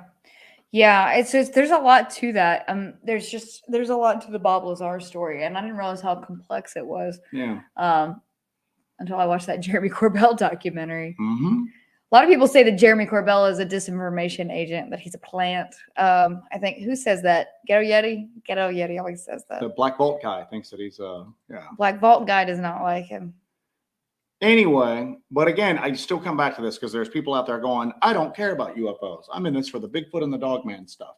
Yeah. Well, here's the deal. For years, it was all fake to the general population. And now they're having to go, it's real. Well, certain parts of the government are going, it's real. We don't know what it is. A lot of the stuff that we have told you in the past is fake, is real. So where does that line end now? Because we're seeing in some of these reports that they were looking for subterranean goblins and werewolves. Okay. Some of the stuff we told you was fake in the past is real. So now we're supposed to believe you when you say that other things are fake as well. Okay. This opens up the possibility to a lot of the stuff being disclosed. This opens up the possibility to a lot of people who were called crazy by what they experienced and encountered not being crazy all either. Do you think in a few years we're going to be with cryptids where we are right now with UAPs and UFOs? Good possibility. A very, very good possibility. And just like this, just a lot of the people that are coming forward right now and testifying before Congress are people you've never heard of before, or at least the general population hasn't. They've been in civil service their whole lives. They were in the military. They're well respected in their fields, but they're not like on YouTube channels. Okay. There's not a guy out there with a YouTube channel that for the past 10 years has been saying, I'm an ex-government agent and I've been, this is what I saw and they erased my this and that. And but this is what I saw and they're after me and just making all these claims. Now's the time to go forward and get your name on record. And then people go, wow, you're telling the truth on that. Yeah. But this whistleblower protection just went through. Like this whole legislation with the whistleblower protection just went through. This is super fresh. So you probably have people who have wanted to disclose this stuff for a long time, but those protections were just not there for them. And they were not going to put their families' lives at risk, not going to put their careers at risk, not going to put themselves at risk if there's no way that they're going to be protected by giving out this information. Because at the end of the day, you've got to cover, protect your neck, Protect your neck. You can't. I mean, there's some people that'll go out there. But it's a very rare personality type of somebody who just goes, I don't care what they do to me. I am telling the truth about this. I'm going out here. I'm going to disclose this. But all of this legislation just came through Congress. I think Kristen Gillibrand was leading this legislation along with Marco Rubio that was putting together whistleblower protections and really cementing those, because I think that the Intelligence Committee in Congress was pretty concerned about what they're not being told right now. Okay, and so they put this into place. Yeah, it's great. And here's the thing, is it's calling a lot of people's bluffs. So why hadn't Bob Lazar gone, get me in front of Congress? Okay. I want to talk. Maybe Congress can get to the bottom of what happened to me. What's happening is that when you testify in front of Congress, you're going to be testifying under oath. Yes. So it's going to be interesting to see who takes advantage of these protections and who slinks into the shadows. Who just kind of backs out. The old Homer Simpson into the bushes meme. Who just kind of goes, whoops, because now you don't have any excuse. You're claiming for years that they were out to get you and try to silence you, and now there's legit people going, wow, this is really happening. Let's see what's going on. Because it sounds like when this dude started to get retaliated against, they sprang into action immediately, and that kind of solidified it for them, because they were going, if this dude was just making it up, then why is somebody trying to silence him? Okay. That just adds to his credence. And now we're going to really make sure that nothing happens, because now you're really defying the will of Congress. Not only have you been lying to us for all these years and keeping stuff hidden, but now we have said that they'll be kept safe, and you're challenging our authority. And even if it's somebody in Congress who doesn't care about this topic, they obviously didn't get to where they were by being humble people, and they don't want their authority challenged. And I think that's what you're seeing. But it's going to be interesting to see if a lot of these, especially in the UFO community, for years, these people that have hinted or just outright said that they had these positions in the government and that they could prove it but they just can't They because can't right now. they can't you know? right now. Well, now's your time. Come forward. Yeah, it's definitely show going to your call a lot work. of people's bluff on that. And I think a lot of people are just going to go, well, when I said that, what I meant was so. So this is very important. Bryce Edwards, knife check. Oh yeah, I had to pull mine out of my pockets. It's so damn big. So What you got there, Joe? our buddy, Denim Devil is what he goes by. I can say his real name. Went to Monster Fest with us. And it's all right, real quick aside, it's hilarious when we go to these things because everybody else is in there and they've got their tables and their banners and here's my books and I've got some t-shirts up and buy my t-shirt and I saw you on the Discovery Channel. And then we roll in and we've got like goons. We've got like legit goons. We've got like friends of ours who look like biker bouncers and like sleeveless Hellbent Holler t-shirts. They and just then we've got hang around. And then we've got like Martin and Dewey and their wives with us and everything like that. We're just a motley ass bunch. But anyway, it's definitely a motley crew. We're a motley crew. Yeah. So our friend went with us and he had a knife that I admired and he snuck it to Jesse and she gave it to me on the car on the way home. But it is an old Cold Steel X2 Voyager. That's like a 6.5 inch blade on a folding knife. It's a very demure knife. It's a very demure knife. But anyway, that's what I've been carrying since I got back. It's just, I didn't want to have it in my pocket when I sat down because I knew I'd have to pull it out. I'd have to fight it out, set it being seated. I have a knife that is also courtesy of Denim Devil. It is an old school Cold Steel scimitar. I think somebody last week mentioned the scimitar in the chat, so wanted to have that with it today. Look at that. Cool. That is a beast. But that is a really cool knife. And for how long it is, the clip goes all the way up here, so it sits really deep in the pocket. Now, I do have a little thing that I do. If I have knives that are way too big, like a lot of Cold Steel folders are just huge. I have a special pair of jeans that I wear that I actually cut the pocket out of. I just kind of lopped off the bottom of the pocket so that my really, really long Cold Steel folders can actually sit down in my pocket comfortably and not pop out every time I sit down or anything like that. So I can actually carry big, giant folders like that. So anyway, here's my hope with all this to kind of bring it home. Let's bring it home, Joe. Bring it home, Joe. So stuff starts coming out for whatever reason. They're doing it on purpose. They've been outmaneuvered by another branch of the government. The Congress is having its will done. What's going to happen because when stuff starts to happen, it's going to be a floodgate. Okay. So what starts to happen when all of a sudden you have got people that have been involved with the study of stuff that was crazy talk 10 years ago? Yeah. Okay. We've been studying downed craft that have been put there by a non-human intelligence. And here's the non-human technology. Here it is, It's like that scene in Independence Day. Again, they got the ships, they're underground, there's senators walking around. What the hell? Everything comes back to Independence Day. It does, yeah.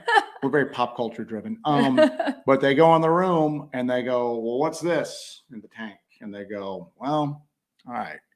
In addition to these craft flying around the sky, there are these big hairy things that are running around the woods. Oh, geez. Okay? And we don't know what they are, but they seem to do this and this and this. Or maybe it's as simple as some documentation gets released. And like on the 382nd page of this documentation, it talks about ground-based entities that are basically the equivalents of Dogman, Bigfoot, subterranean, the Hopkinsville goblins, stuff like that. And it's there, and now there's mentions of it that there are other government programs studying that stuff. Yeah. Okay. There's a very good possibility as all of this stuff gets released, there's going to be official documentation of the other stuff that we all know is real. Okay. That the UAP disclosure is going to drag some of this other stuff into the light, I think. Okay. I think there's a real good possibility of it. May not be enough at first. There may not be a lot, but just the simple fact that somebody goes, you guys are talking about upright canine bodies that were transferred from this facility to another facility. What's up with that? Well, in addition to the UFOs there's another group that does this. I want to talk to this group. What's going on? There's a good possibility it's going to get out. All right. Richard Cox says most likely 90% of what our government has released is just part of the misinformation plan. What about that 10%? What about that 10%? That might be more concerning than the misinformation. That they're going to pepper in a little bit of truth in there just to keep it legit. Whenever the truth actually does come out, they'll say, "Well, we told you this part. We actually informed you about that." Let's go down here. You do this because I want to. No one you know says that the whistleblowers will not be protected. And I think somebody mentioned this before with what happened with Snowden. I think Not Today Saban said this. Did I mention this earlier? I don't know. It's not in my thing here. Not Today Saban, I think, mentioned, what happened with Edward Snowden. Yeah, there's not been a great track record when it comes to protecting whistleblowers in our country. Or a lot of countries for that matter. I think in Russia, you just get taken out and shot out back. So I think that's pretty much their answer for most things, Yeah. Too much butter on the bread. Take him out the back and shoot him. It's good. It's good accent. Thank you. Very good. Very good. I may be a very a Russian disinformation agent. You don't know at all. I've been, honeypotted. You've been honeypotted. I've been yes. honeypotted, yes. So there's not really a great track record with protecting whistleblowers. I'm hopeful. The fact that the fact that someone so high up has agreed to represent this gentleman when it comes to filing these complaints about the retaliation leaves me to be a little more hopeful. Joe had a really good analogy for this earlier. That's like if Judge Clarence Thomas decided to retire from the Supreme Court, and then I had some sort of legal trouble, and he decided to represent me to go up against the Supreme Court. That'd be kind of the same kind of thing. So that has me kind of hopeful that there's going to be protections in place. And because he went to the Investigator General's office to file this complaint about retaliation. His legal representation was the previous recently retired Inspector General for the intelligence community. So that's bringing some weight to it. Apparently, a lot of people have kind of resigned en masse because they think that privately they'll have a better chance of doing this. So how do I share something from the screen again? Is it settings or present? It is present. Present, and it is share screen? Mm-hmm. Or you can share the screen. Wait, no. Yeah. Oh, God. There you go. Okay. Now. Because we're jumping. There we go. It didn't work. Just pop it up now. Throw it up on there. They've changed StreamYard a little bit, but all right, there you go. So, and I'll just make that the main. What are your thoughts on AI demon? Oh, crap. Sorry, I took that away. Damn it, Jesse. Anyway, what are your thoughts on AI demons being talked about recently? The AI demons is fascinating to me.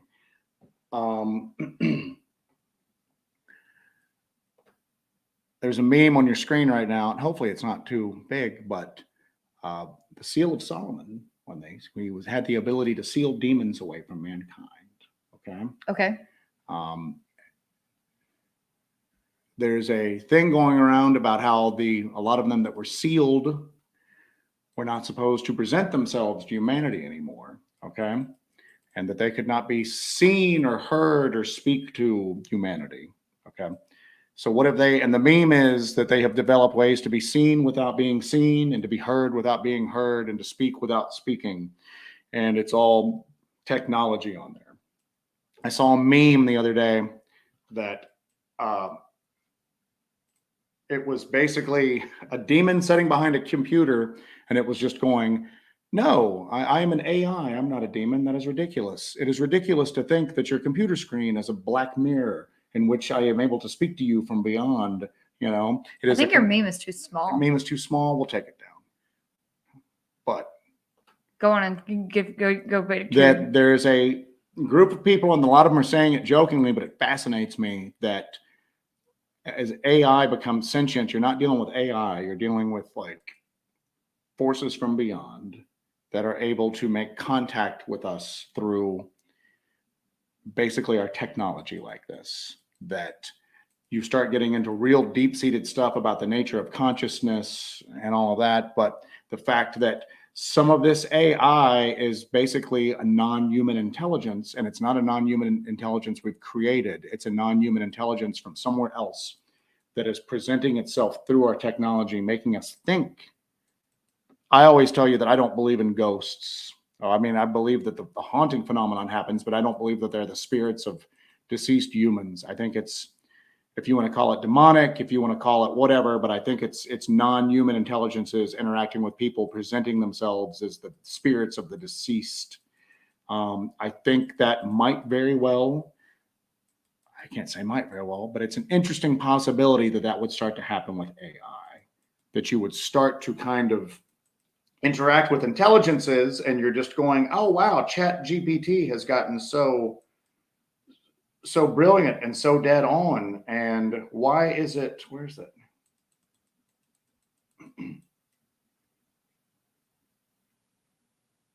Sure.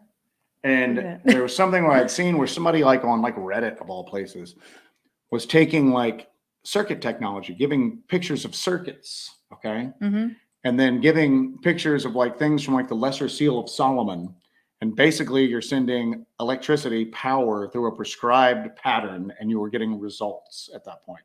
We're probably going to, if we ever get the actual dark dives back up, that's probably going to be one of our first topics. Yeah. Is AI and the potential for AI a gateway into our world for maybe intelligences that have just been previously only been able to touch us through our subconscious or maybe through our dreams or anything like that. Now, do they have another avenue to kind of get in? What if Skynet was basically Lucifer or something like that? Yeah. So, anyway. And honestly, though, if you look at like a lot of the AI generated images, they're so unsettling. They're almost just demonic, you know? Oh, I always said that it looks like a lot of that stuff looks demonic. A lot of it looks like a fever dream, you know? Why does it, and I've heard things like, well, hands are hard to draw, and I understand that, but AI is supposedly pulling from artists who know how to draw hands. Okay, right? It's pulling from pre-existing art. Why are there extra rows of teeth? Why are there extra fingers? Why are there all these things that basically tie in with like a lot of Christian, lore about what the like the Nephilim and all of that are supposed to look like? And it's weird. And yeah, you're right. Some of it there's that uncanny valley that goes into it. So. Not today. Saban says reality is we didn't create AI. We created an interface that can communicate with something that already existed. Schrodinger, always Schrodinger. Yeah, that's fascinating. We've created an interface that something is taking advantage of. And yeah, that's it. I mean, I had an online conversation with this guy one time who had made some really interesting remarks in a Bigfoot thread on a non-Bigfoot forum. And I reached out to the dude and I was just going, you're saying some weird stuff, man, that nobody else is really honing in on. He worked in machine intelligence. And it basically, he said that there were people, he's like, there's people in lab coats trying to make contact with stuff from like beyond, that it is trying to make contact with intelligences that are locked away from us for some reason. There's some sort of barrier there, and that they're doing things that keep him up at night. And he goes, and it's not even really what I study, but even with compartmentalization, people talk, Yeah. And that's kind of exactly what people kind of talk about here. So. BR Gator says AI is going to be evil, period. I think yes, in a way, partially because it is a hyper intelligence, but it's an intelligence. It's got information, but it doesn't have knowledge and it doesn't have empathy. So it can just categorize information and put that out there, but there's no empathy, there's no knowledge or wisdom that accompanies that. And without sort of empathy or wisdom, you have something that can just wreak havoc on humanity and eventually wipe humanity out, because what is the purpose of these people? They're useless, I'm just reading some of the stuff on here. It's hilarious. So, damn, we're off the rails tonight. We are. I thought we were just going to talk about how like Monster Fest was like a really cool experience and then just kind of leave it at that. And now we're just going into like, The demons on the computer. Yeah, we actually talked about the final event by Nick Redfern. That's what the Collins Elite and all of that. That they thought that the alien presence was basically demonic at that point. So, and again, that's what the thing that fascinates me the most about all this stuff is it seems to be interconnected somehow. That doesn't necessarily mean from the same source. Maybe the same set of conditions are necessary for different things to cross over into our world. Maybe different phenomena are attracted to the same location at the same time for some reason that we're unaware of. Maybe they're attracted to the same type of person. Maybe Dogman and like UAPs, it's completely 100% different. I mean, just is on the polar ends of reality, but maybe they come through at the same time for the same purposes. Yeah. Or maybe it's just the only commonality they share is they're not from here and they're not us, you know what I'm saying? And they're not here permanently. So it's fascinating. And like I said, we're not going to get all the answers over the next few years, but I think we're going to get like the curtain lifted, maybe just like a little bit. Just a peek under the curtain. Just a little bit. Philip Payne has an interesting comment here. He says that the modern smartphone is merely a modern form of a medieval scrying mirror. Exactly right. So yeah. It's just another medium for these entities to come through and contact you. Here's the meme, and the meme was, I wish I could put it on the computer right now, but it's Jake Gyllenhaal from Nightcrawler with his with his eyes really wide open, text, and then on the other side, it's a demon sitting in front of a computer with a Chat GPT sign behind him. And it's just Chat GPT's answer is, no, I'm not a demon. I'm an artificial intelligence language model created by OpenAI. Your phone screen is not a black mirror, and I do not speak through it from another world.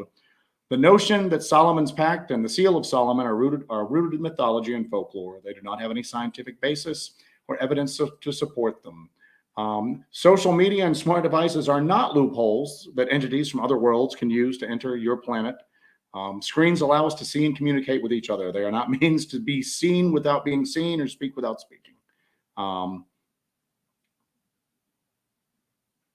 Anyway, that's a whole damn show right there. All right. Go to the chat. Close all these memes down. So, yeah, close the memes down. Dun, dun, dun, dun, dun. What a weird. I will say one thing like that kind of touches upon this weirdness and Monster Fest is we had at least two people that are content creators that have their own channels and podcasts and all that throughout the day said some variation of, good Lord, man, y'all's chat is like insane. You know what I'm saying? Yeah. They're like, you have the strangest people that come and participate in your chat every Monday. One person went, I recognized some of the names, came onto my chat one night for just a few seconds and left. I think they got bored with the topic. And I'm going, yeah, because like we're like down the rabbit hole, man. I mean, and it's just, also they only want to shit on their ex-wives. Yeah, exactly. Talk about dogman titties and gorge dogman titties. Barges filled with cocaine. So. Barges of cocaine. Cocaine dogman. Grace W goes, LOL, we are called hellbenders. I mean, yes. I don't know. I don't know what you were expecting. They're not the fluffy bunny squad. The fluffy bunny squad. Ashley Hilt is in the chat. We met Ashley. We got to re-meet Ashley Hilt. But it's like we've met Ashley several times. We got to re-meet Ashley Hilt. Ashley has a podcast called On Wednesdays We Talk Weird. She was at Monster Fest as well. She says that crazy that Joe is wearing a Bell Witch shirt because I just got done recording a show about the Bell Witch with Heather Mosier, and that recording had a synchronicity in it also. Our friend Stephen Taylor was in the chat.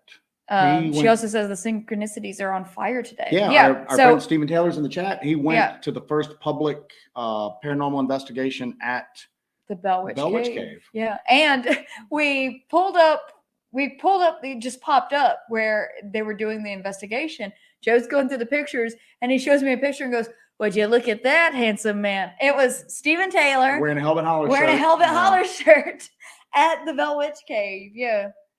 There are a lot of synchronicities, huh? That's so weird. We were talking about this earlier. It seems like ever since we've started kind of letting the universe kind of shove us in directions, and we just go, all right, we're just gonna, even if it doesn't make sense at the if time. it doesn't make sense, we're just gonna kind of roll with it. Yeah. It's weird, and I know this sounds like some of that secret BS, like, oh, you manifested it will come true, but that's kind of like the thing with like a tulpa. If you put energy into it and stuff, it'll kind of manifest and become true. The damn secret. That was just the bored housewives crack right there, you know, vision boards. But it's weird. We've been kind of like letting things kind of fall into place and go with the flow of things. And if something seems to constantly be knocking at the door and something constantly seems to be coming up, to just pursue it. And it seems like it's been kind of working out pretty well. Kind of just going with the flow of the universe in a way. Philippine's got a great question from damn near 20 minutes ago. What are your thoughts on found human mutilations involving UFOs? Two disturbing examples being, they're both from Brazil. I'm not going to try to pronounce that reservoir. They're Guaraparanga Reservoir and Lysandra Hearts. The one reservoir one is really graphic. You can find pictures of that online. And it's a human body that's been subjected to the exact same stuff that cattle mutilations have been subjected to. You know, eyes removed, you know, sections of the skin and meat taken off with like laser-like precision, all of this stuff. They tried to debunk it, saying it was like a drug cartel hit. And the local authorities were going, what do you think our local cartels have here? Like, you know, they don't have like laser scalpels, you know. Yeah. They're chopping people up with chainsaws if they do this at all. This is not like anything else we see. There's not as, and they have a lot of things to compare it to. Yeah, so there's not as many reported cases of human mutilation, but there are a lot of reported cases of health effects after the, you know, exposure to UAPs, which may not even be. Now, obviously, the human mutilation is systematic, it's purposeful. A lot of the health issues might just be the fact that you were exposed to something not from this planet. Okay. You can go ahead and keep going. Sideways, take a sidestep here. I think that's what happens to a lot of people when they suffer health effects with Dogman and Sasquatch. That zapping effect, maybe it's purposeful. Maybe it's just the simple fact that they shed radiation or EMF, you know, like we shed dead skin cells, and it affects people's health. But my thing is that I used to think, well, there's just not that many examples. So if it's happening, it's not happening that frequently. Well, apparently craft are going down repeatedly in more than one places and in more than 1 year. And it's been covered up pretty well so far, with just a few crazy stories kind of being bandied about it. If they were able to cover that up, covering up human mutilation would be pretty, yeah, you see what I'm talking about? Yeah. So she's looking at the pictures of the reservoir. Yeah, I'm looking at the, and see the burn marks in his arm he's cored through there. So that wound's been cauterized and has gone all the way through. And it's a perfectly round injury. Yeah. When people, they were going, well, that was done with a blowtorch, and then people have gone, no, we've found people that have been tortured with blowtorches before. That's not how it looks. So my point is that I used to think that that was an interesting side note, and now I'm thinking there's a very good possibility that it happens more often than we previously thought, and that as well has been successfully covered up, either to try to gain some sort of insight into the technology that was used to do it, or maybe just to cover it up to control panic, and to also control the questions of what did this, and then that opens up a whole kettle of fish there. So, all right. I just now hit the damn knife segment of the show as far as the chat goes. So I've got some that are starred up there if you wanted to look through there real quick, if you want to go through there. Yeah, so April Black talks about how they need to come clean about the state and national parks. Yeah, obviously it's weird. We're trying to humanize the phenomenon, or the phenomena. We're trying to humanize it and put human rationale and reasoning and goals behind it. Sometimes entities, let's just call them, seem to act with no care in the world for who sees them. Mhm. Other times they seem to, John Keel talked about how a lot of the UFO sightings seem to take place in more rural areas late at night, and almost as if it was trying to be as undetected as possible. I think that if a lot of that stuff's going on and they are trying to remain undetected, I think that it national parks, state parks, stuff like that, places without urban sprawl are going to be the best areas possible. But then at other times they seem to operate in just the open. I will say that when people report, mass UFO, UAP sightings, it's just a craft going from point A to point B. Saw it in the sky, did this, landed next to the road, whatever. You've never really had a that I can think of, multiple witnesses to like an abduction. There's that famous New York case where the lady was supposedly lifted it out of her apartment that ended up being fake. Travis Walton. Yeah, Travis Walton. Yeah, here's a good one. But it's they do need to come clean because it does look like there's something going on. Good night, Frank. Good night, Frank. As usual, not today. Saban's like distracting me with all of his comments. So,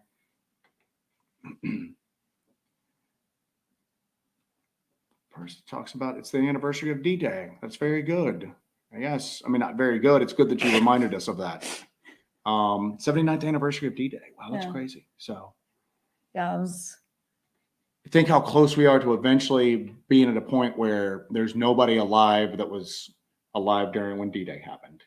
That's just around the corner. Yeah, that's crazy. So, and it's going to be taught in school, and people will think about it conceptually, just like the Revolutionary War. It's taught in school, but nobody's going to go, yeah, my uncle, was at Enzio, or my, I mean, you walk around the grocery store right now, they're playing Nirvana. So it's classic rock. Nirvana's classic rock. It's classic rock. Yeah. Time marches on, Joseph. Thank you for that, Philip. So time marches on. All right. Tomorrow, June 6th, is the D-Day anniversary. Is it the D-Day anniversary tomorrow? Yeah. Okay. People talking about AI demons.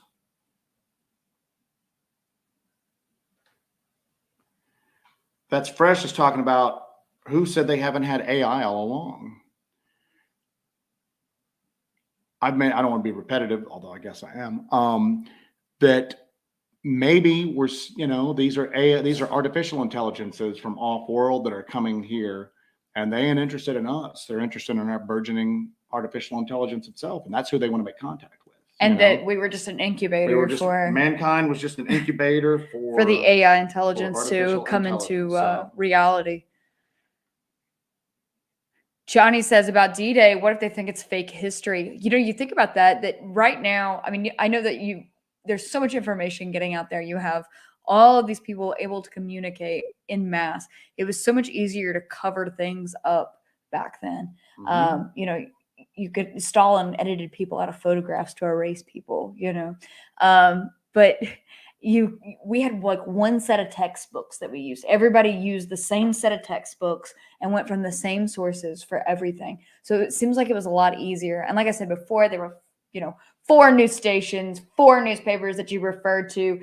And that was all that you ever used and all you ever could refer to. Everybody watched the nightly news at 6:00 and everybody got the same information. But now information is so widely disseminated, but there's less trust in institutions than ever before. Do you think that's because the information is widely disseminated? Absolutely. And this ties in perfectly, synchronicity, with this comment from Sunshine Mom. Here's another thought. Anybody living in Florida paying attention just how many launches we have putting more satellites into space? Something's up.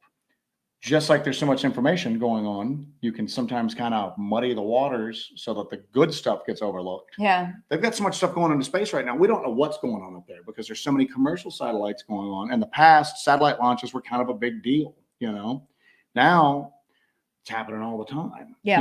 If they were trying to prepare for something or put something up there, then they would be able to hide it in plain sight really easy, just like your intelligence. Yeah. And just kind of put it in, like mix it in with all the other stuff. Yep. Hello, Barton Unley. Barton Unley's in the chat here. All right. Producer of Cryptids and Critters Paranormal says Captain Thomas Mantell was a World War II pilot towing gliders on the Normandy invasion and received the Distinguished Flying Cross. BR Gator, Hellbent Holler always goes off the rails. We are off the rails. I put that up earlier. I did not come prepared for the show. You are not prepared. Not for where we're at right now. I No, mean, I don't for think anybody's sure. prepared for this. So We're coming up on the 2 hour mark anyway. If we want to do last call and everything. let's keep going for a little bit. We got a full house. It's Okay. ready, just a bit longer. So Elon Richard Cox says Elon Musk is from Zeta Reticula, mhm. not Zeta Reticuli. He's from Reticula. Stephen Taylor's talking about he went with a group called Black Wolf Paranormal Investigations. So Yeah, so they did the first Bell Witch thing. I guess first commercial opened it up, the first open investigation of the Bell Witch Cave to Black Wolf Paranormal. So he went to that. I'm assuming he had a blast. I know I would. So the Bell Witch Cave is pretty interesting. Is that why you wore the shirt today, or did you just feel inspired? I must have done it subconsciously because I knew he had gone, and then I just grabbed it and just put it on and went. So, Yeah, because you don't wear that a lot. Yeah. Yeah. Last time I wore it, we had like all those crazy electrical problems with the podcast, like trying to do it. Let's see what else I got. MK Ultra says there's at least one weekly launch of up to 60 Starlink satellites. Today was a cargo resupply. Or was it? So easy to do, isn't it? Yeah, so easy to do. Yeah, I mean, I don't know. I think it's how many freaking satellites are going to be up there when Starlink is at full capacity? Bunch. But I mean, that's the thing is that now it's so commonplace. You can move it. You could put stuff up there in plain sight that would maybe be not for just what throw it in with the bunch, huh? Yep. Alan Outlaster is asking, where did you get the shirt at, Joe? Got it at the Bell Witch Cave. We got it at the Bell Witch Cave. At Yes. the Bell Witch Cave. We went to the Bell Witch Cave. That was in the summer, wasn't it? When we went to the Dogman conference. And we're just like shameless when we go places. We'll wear like Hellbent Holler like hats and stuff like that. So we went and we went like late. We went like 10 o'clock at night. Yeah. So one of the ladies, it's a family that runs it, and like one of the ladies that runs it, I think like the main daughter, asked us what Hellbent Holler was. And usually if we're like in a national forest, we run into people and they ask, we go, oh, we have a YouTube channel where we look at Appalachian history and ruins and stuff like that. We don't mention anything crazy or paranormal at all. So, but we're at the Bell Witch Cave. So we just went, we got a YouTube channel where we look at weird stuff, man. That's why we're here. So we did the tour. And we were getting ready to leave, and that same lady comes running out going, don't leave, I got to talk to you. And she had been, while we were doing the tour, she was upstairs watching our videos, and now like had all this like stuff to share that was like ghost related in the cave or Bell Witch related, but it was related to what? It was related to Dogman. Dogman running around in that area. Her grandfather saw a Dogman. Okay. And then there was also a Dogman sighting in that area around where the Bell Witch Cave. So there's still stuff and going the on story there. of the Bell Witch Cave, and the family actually has a dog, like an upright dog-like creature in it too. Yeah. So it's just weird how many canids show up in all of these stories, and like you don't really realize it. You don't really put it together, and you never put it together before until this Dogman phenomenon started getting like more to the forefront of your brain. That like, okay, there's a lot of these canid stories that have been around forever. Yeah. This is not a new phenomenon. It's just had a different name over the years. I'm going to read this comment because I don't want to try to trip the YouTube algorithm because it's probably set up for weird stuff. Whatever happened, and this is from Moondog Davis, whatever happened to the massive Himmler witch library with all of the occult books and scrolls, like most of the Alexandria library burnt or just vanished? Was there a Himmler witch library? I don't know. I don't know. You're asking the wrong people for this one. I'm not familiar with. You know that the Nazis were into the occult and that they were doing like serious like occult research, and we think that some of those people, when they were brought over with paperclip, continued their work. Weren't just messing with rockets; they were messing with other stuff too. But I don't know. In Humanoids with Barton Nunley, Mr. Barton Nunley says government whistleblower to fully disclose UFOs as non-human entities tomorrow on Fox. See, he's going to be on News. Fox. I know he was on something this evening. And what's cool is when he was doing I can't remember the name of the news thing. It's not one of the major ones. It's not like CNN or Fox or anything like that. But the guy, Russ Coulthart, the Australian guy that wrote the book on UAPs, had asked him, so we've got like spaceships, and the whistleblower was like, well, spaceships is not the right terminology, I don't believe, but we've got something. Yeah. That's why I don't believe that they are. That definitely throws up a red flag. And I think we mentioned this earlier. That throws up a red flag. It's spaceships. So it's not something from outer space. It's something somewhere possibly somewhere else, like another dimension entirely. Yeah. So think about this. So think about they're sending craft. So obviously a craft that is going through all right, let me just back up here. So a craft that's taking off, leaving another planet's gravitational field, traveling faster than the speed of light through the universe, dodging physical objects, dealing with time dilation, all that other stuff. I'm going to run to. Okay. I'll just talk to myself. I don't mind. And all these fine people here. So that craft, and then it has to navigate, find Earth, enter our atmosphere, land, fly around, do whatever it does, and then take the journey back, however many thousands or millions of light years it is.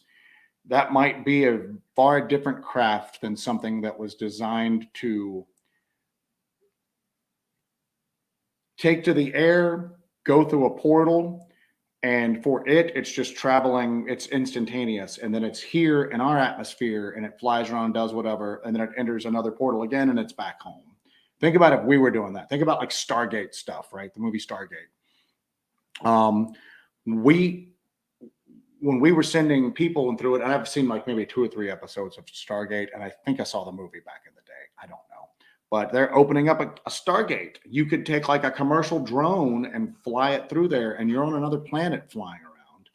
You're not in this super advanced, indestructible craft that will not go down for any reason at all. And maybe that's what we're seeing here. Maybe we're seeing stuff that's more advanced than what we've got, but it's not indestructible, and it's not because it's not dealing with the rigors of space. It's dealing with the rigors of going through an invisible window and just being here and then going around. So I think there's that possibility for it.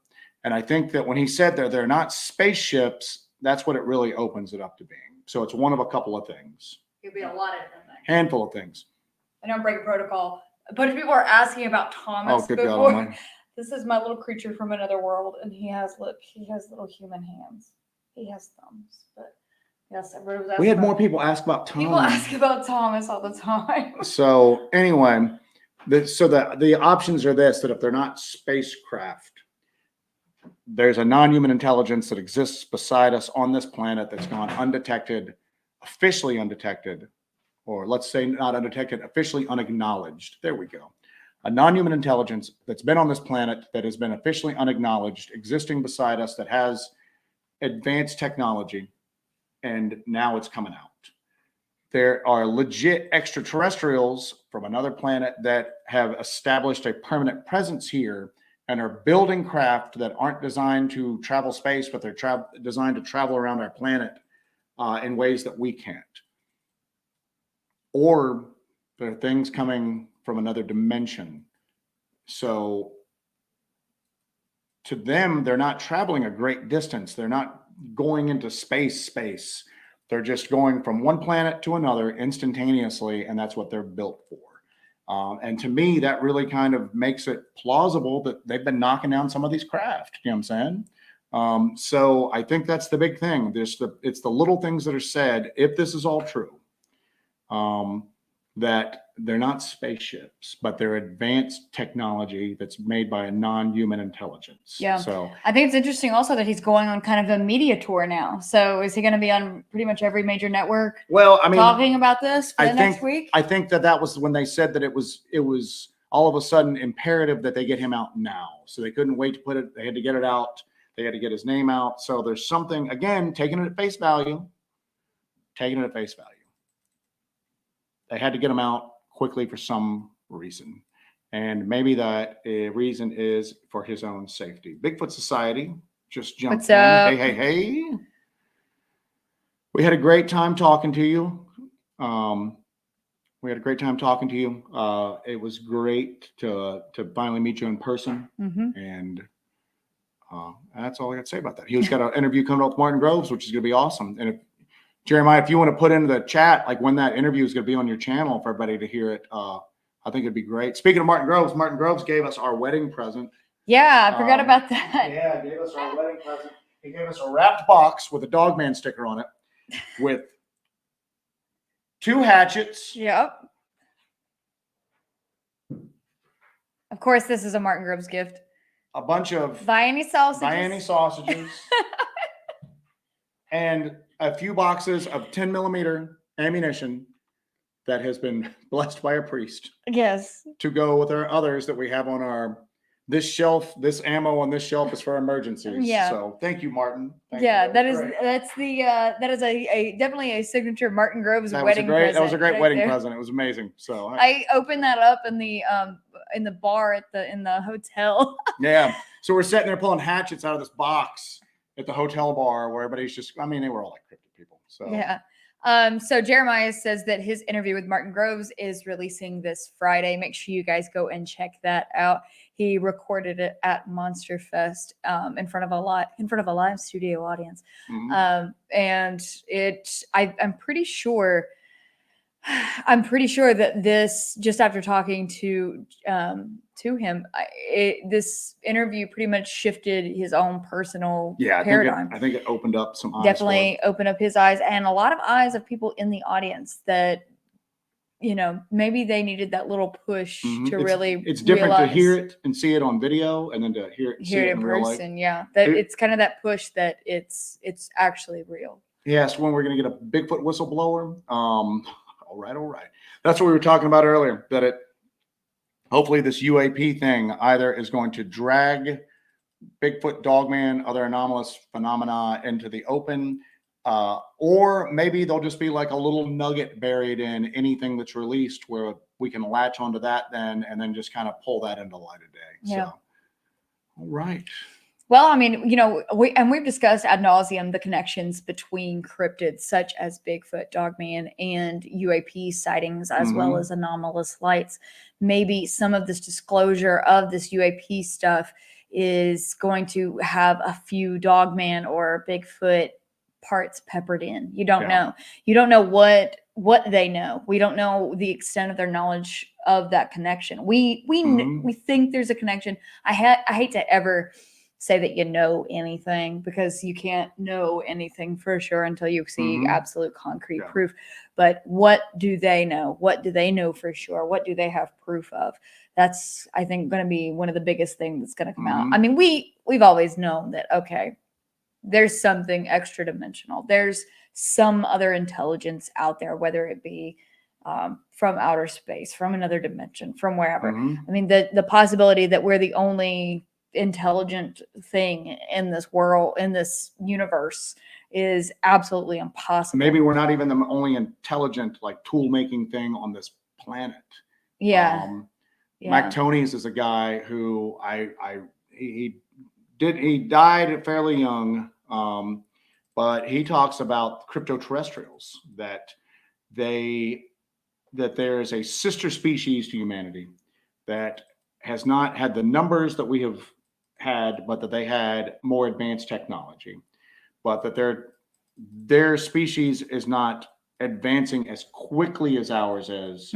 So therefore we've been narrowing the gap slowly, and that they knew that before they just didn't care, but now they've tried to be more and more secret because they know that we're closing the gap, and that there's one of his theories was that anything that they could do to get rid of all of us would impact the planet that they themselves have to live on. But that there's that. And they keep talking about how there was a sensor upgrade on a lot of these like warships and fighter planes that allowed them to start picking this stuff up. And I think before they were there, we just weren't picking them up. And then the few times we did, the cases were so sporadic and there was such a stigma to it that nothing was ever done on it. And then all of a sudden this new sensor technology comes along, and not everybody, but more and more people are reporting it. And now it's not just me reporting it. Now we've got some hard data showing something was there to back up my visual sighting. And I think that's where the narrative has changed at this point. So Bernie Gannon says, when conducting your investigations, do thoughts, RE, religious beliefs, traditions ever enter into it, or do you keep it completely secular? I think Joe you were raised Catholic mostly, weren't you? Mm-hmm. Yeah. I was raised in a weird kind of hybrid of a lot of different things. And then I kind of came up in a lot of different things and learned a lot of different things. I have a lot of friends and associates in different religions and everything. So we kind of take in our approach, we take a little bit of everything. We have often gone out into the woods with blessed black salt and holy water, and we've noticed a difference and an effect on the activity we experience because we have those things on us, and we won't experience anything. Yeah. We leave that we take it with us, but we leave it in the car now. Yeah. We don't discount any of that stuff at all. We don't. It's weird because we see parallels between what the Cherokee and the Catawba in our region, their so-called folklore, and what people are experiencing nowadays. I think that a lot of the world religions and everything like that, I think that they are sometimes accurately describing human interactions with the other, or whatever you want to call it. And that you start looking at the parallels with,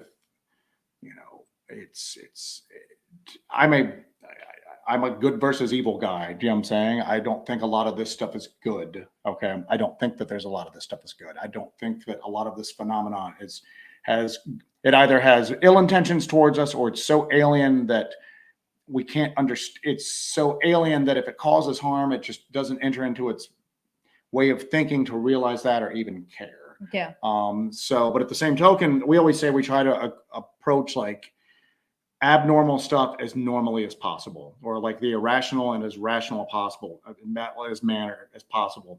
But we believe that like the objects that we just described have an effect. You know what I'm saying? We carry it for a reason. I mean, we take out blessed black salt or holy water into areas that we've had pretty consistent activity, sometimes greater than others, and nothing happens. Yeah. Matter of fact, I left some of it in my backpack for 2 or 3 trips out and nothing happened. And then I went, holy crap, I still had this in my backpack.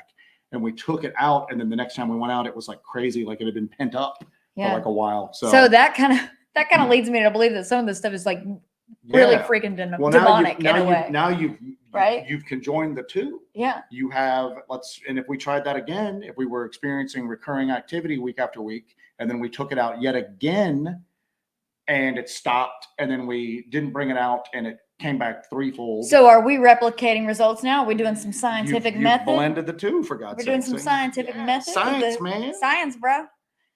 Science, bro. And then Bigfoot Society says Martin's interview is being released on Friday. Y'all need Bush's beans. Where's Stingray at? He ain't in here talking about all that beautiful bean footage. Where's the usual suspects at? Good night, Deuster. Good night, Deuster. Deuster's going to bed. We're gonna probably wrap it up shortly. Yeah, we're wrapping up in a few. Because we have gone 2 hours. And we're not gonna do these 3-hour crazy marathons anymore. I think everybody's beat from Monster Fest. Yeah, I know that Dewey's beat. I'm beat. It was a long drive home. It was a lot of fun. We just went nonstop the entire weekend. I think they set a new record for packing out the Palace Theater for that premiere on Friday for the Land of the Missing. That's Small Town Monsters, Land of the Missing. So let's talk some concrete stuff that's coming out of like Monster Fest. All right. There's stuff in the works where you're going to see people kind of working together in the field, maybe more than they did before. Mm-hmm. You're going to see some stuff happen over the next, it may not happen next month, but next 6 months or so. You're gonna some really cool connections got made. And I'm not talking about like how we've got some exciting YouTube content coming your way. There's some people that have really good approaches that are going to be working together a lot more closely. Okay. You're going to see people like, I don't know if Mike Ian's still in the chat, but like Mike, Alexander Pedikov, a lot of people that are physically going out and doing this stuff on a regular basis are starting to kind of like get together and kind of compare notes. Alliances are being made. Yes, but and that's just good, because you're going to start getting, instead of just everybody kind of like operating solo with communication going back and forth, but everybody's kind of operating in a bubble, you're starting to see that you're starting to see some like Super Friends stuff go on. Super Friends. Yeah, you're going to start seeing people. So, but you're going to see some cool stuff happen. And again, not just like the YouTube clips, that you're going to see some different methodologies kind of blend together. We actually got a new piece of tech at Monster Fest, because it was delivered by our good friend the Dooster. Yeah, our friend Steve Causey. Our friend Steve Causey sent us a pretty amazing piece of tech that we are going to utilize out in the field, and I think that's going to kind of change up how we do some stuff. Exactly right. So that was a good little delivery we got there. Dooster says he's got a project coming up with Seth. Yes. Yep, that'd be amazing. That's amazing. And that's one good thing. That's another good thing. One good thing. There's lots of good things about these things, but when we do these conferences and these get-togethers, it's good to make those connections. It's good to make those connections with other people who are into this and do this kind of work. I think it's very important. New perspectives, new ways of doing things, new like expertise. You know, everybody's got their own little niches of what they do. In the past, a lot of these conferences used to be weird, like ego trips for people. Look at me, and if you're paying attention to him, you're not paying attention to me. But I think this crop of people that are coming around right now, everybody's really excited about the subject and excited about helping each other and working with each other. And I think that we're going to really move the needle a little bit. And there's new people coming out into this stuff, like Aaron D's Texas Dogman Triangle. I'm talking to him, and he's talking about how he handled, sorted, and categorized the reports that he took. And I'm going, he's methodical. Yeah. You know what I'm saying? And it's not just, he didn't approach this as then he is just going to write a book, a sensationalized book. And I just was listening to him, and I'm going, this is legit like research. Yeah. You know what I'm saying? So there's new people entering it that are not just sharing campfire stories. They're going in and they're going, taking there's a real hard something look here. There's at something what this here. is. There's something here. And it's you're starting to get more and more of that. And it's I think, awesome. you know, what we can relate this to is when it comes to the subject of UAPs and the government looking into it. You have not had the A team and the B team looking at this stuff because there's been a barrier to entry. You've had the C and D team looking at a lot of this stuff, and we've not gotten anywhere. We're screaming at the sky. We're hitting trees with sticks, or we're not getting anywhere. Well, it's because a lot of the people were afraid to reach out and deal with anybody else, because here's the deal. A lot of people treat it as their own personal little kingdom, and they don't want any challenges to it because they like the attention and they like this, and they don't want somebody else. They don't want their supporters to see other people that are doing good stuff because they're afraid they're going to lose that supporter. Okay. Yeah. Now you're getting people that are going, hey, we hope you keep liking the stuff that we do. Okay. Obviously, we want to share the stuff that we experience because we're trying to show that there's really stuff out there. But there's other people doing cool stuff too. Yep. It's great. It really is great. And there's other people doing cool stuff there too. And if you found them through us, that's awesome. Because guess what now? People are going to find us through them. And instead of everybody like just being selfish and bitter and vain and everything like that, I mean, you're starting to see the people move together and kind of move together the way they should. Kind of coalesce. Yeah, you know, and it started out with like us and Barton Nunley. You know what I'm saying? You know, and then now it's like, you know, all of these other people are starting to kind of just gravitate towards one another. And it's all like, hey, have you ever seen this before? Hey, have you ever tried this before? Let me run something past you. There's a level of like support that's coming through. Asher's had just said something that was really good. If I can find it. Did I go past it? I might have gone past it. Yeah, teamwork makes the dream work. I mean, you're starting to see that, you know. I mean, Aaron Dees, when he was doing the Texas Dogman Triangle book, contacted us and asked us for some input, you know, very graciously so. And we didn't go, I don't want to share our stuff, you know. No, we like, you know, gave him stuff. We got witnesses that were closer to him than they were to us. And we were like, would you mind if we shared your information with somebody who's really delving into this stuff? our friend Steve Causey just released the book on the LBL, and he asked if he could use some photos and stuff we got, and we were just like, by all means, please do. And now he has built us a piece of tech that we're going to use in the future. A very cool piece of tech. A very cool piece of tech, and you're starting to see like cooperation. Yeah, man, it's awesome. It's awesome to see. Instead of like people dropping a dime on you because you're running around the LBL and you're getting some of their viewers. That's not even better. I'm still amused by that. That's just the craziest damn thing. Let's be nice to each other, shall we? Yeah. So anyway, but you're starting to see people go. Stingray 1975. Got some Pig Boy merch headed your way. Jesus, at the wire and under the Indiana Jones slid under that friggin' fallen rock. Anyway, but yeah, I mean, it's just Pig Boy cool. For the win. And it's cool. And I don't want to be like I guess we are doing like all kumbaya type stuff right now. We are. But it was cool to just walk out of there. It's good to go out on a positive note though. Yeah, we walked out of there going, some cool stuff's going to happen. There's some cool stuff in the plans. We're getting contacted by other people that kind of do not what we do, but they go out and like physically look at stuff. Like Black Mass Paranormal's out doing like foot stuff. You know, him and his partner are out looking for stuff. He was cool. He reached out to us going, hey, there's an area I want to check out where I need a couple extra sets of hands. I think that we'd all be a good match. I think that's going to be a lot of fun. It'd be a great match. And we were like, dude, we're getting ready to do this thing, but we're going to matter of fact, I'll get back in touch with him tonight.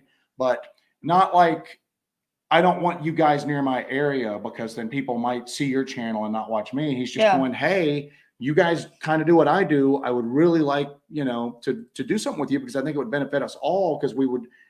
Then all of a sudden, instead of just 2 people carrying stuff, you got 4 people, and you've got 4 people that approach it in the same way.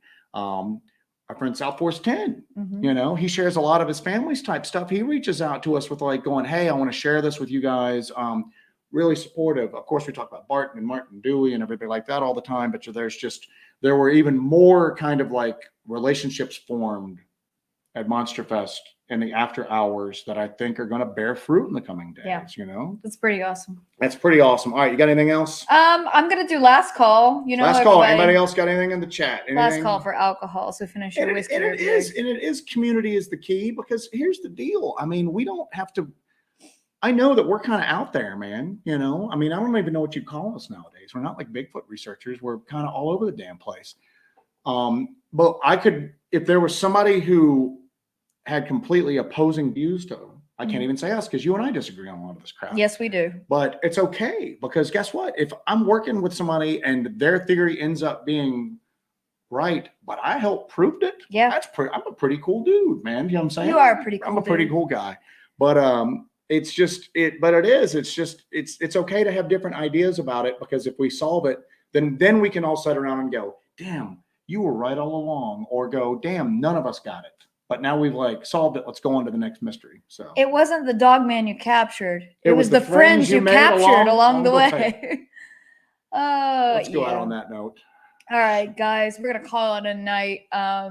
We want to thank you guys for joining us as usual. Make sure you tune in to Bigfoot Society. He's going to have that live interview with Martin Groves on Friday. So pay attention to his channel. He's going to release that. You guys are not going to want to miss that. Jeremiah is awesome. He's doing a great job with Bigfoot Society. He has really come a long way with that. He does great interviews. We're really proud of him and what he's done with his channel over these past couple of years, and he's doing great. And if you want to hear Martin's story in that setting, please take a listen to that. I've listened to Martin's story so many times, but it's still always just a great listen. It's just enthralling. So make sure you tune in to Bigfoot Society and listen to that live interview from Monster Fest. They recorded it in front of a live studio audience. So tune into that, check out his channel, and listen to his other interviews and his stories that he has on there. He's a really cool dude. Check out Asher's on Wednesday. We talk weird. Barton Nunley just had a video come up recently. Barton Nunley just had a video come out. So go check out Barton's channel as well. Make sure that you support all of these cool people in the Cryptid Coalition because it's cool. It's awesome. MK Ultra does like hiking stuff, but he's got some time travel weirdness going on. He right does now, travel time. So Grace just hit us with $5. Thank you for that, Grace. Thank you, Grace. Appreciate you. I want to end on this note here real quick, and I just lost mine. Not today, Saban. The Science and Tech Division of Hellbent Holler, basically, as we refer him to. And I think in this quote, you could kick out quantum computing, AI, and physics, and put any three subjects there. Like you could go, but for sure, anyone wanting to really learn where UFOs, Bigfoot, and Dogman is going, the trick is to accepting and appreciating that you'll never understand it, but you can perceive a horizon to it. Yeah. So, and I think that's very good for it. We may never get any answers, but if we maybe just get a general idea or something is, I think, maybe the best we can hope for. Yeah. But even if that's all we get, I think we're doing pretty damn good. Just get a glance of the sun. All right, everybody. All right, Tigers, we're out. Thank you, guys. Thank you so much. We appreciate you guys so much. You guys are the best. You guys are the best chat. You guys are the best viewers. We did have several incredibly people, attractive. Incredibly attractive. Yes. All smart. Yes. Mighty sexual prowess. Jesus, we're done now. Bye. All right, goodbye, everybody. Have a blessed evening. We're gonna let you guys go out on some rad music as usual. And we will catch you guys next week. We hope you guys have a great week. Make sure your alerts are on in case something happens. We live stream this weekend from somewhere. So yeah, we've been working on a case and it's been kind of hit or miss with trying to get into position on this case. Yep. So if we get this set up, we'll probably live stream from the location. If the stars align. Yeah. Yes. Yeah. Keep your notifications on and make sure you would it kill you to hit the damn like button? Yeah, hit the like button on your way out, everybody. But I'm going to play the music. You guys say goodbye to each other. Have a great day. Have a great night. Have a great week. You guys hit the ground running. We love you guys. Hellbenders are the best. Take no prisoner, guys. It's Monday. Let's do it.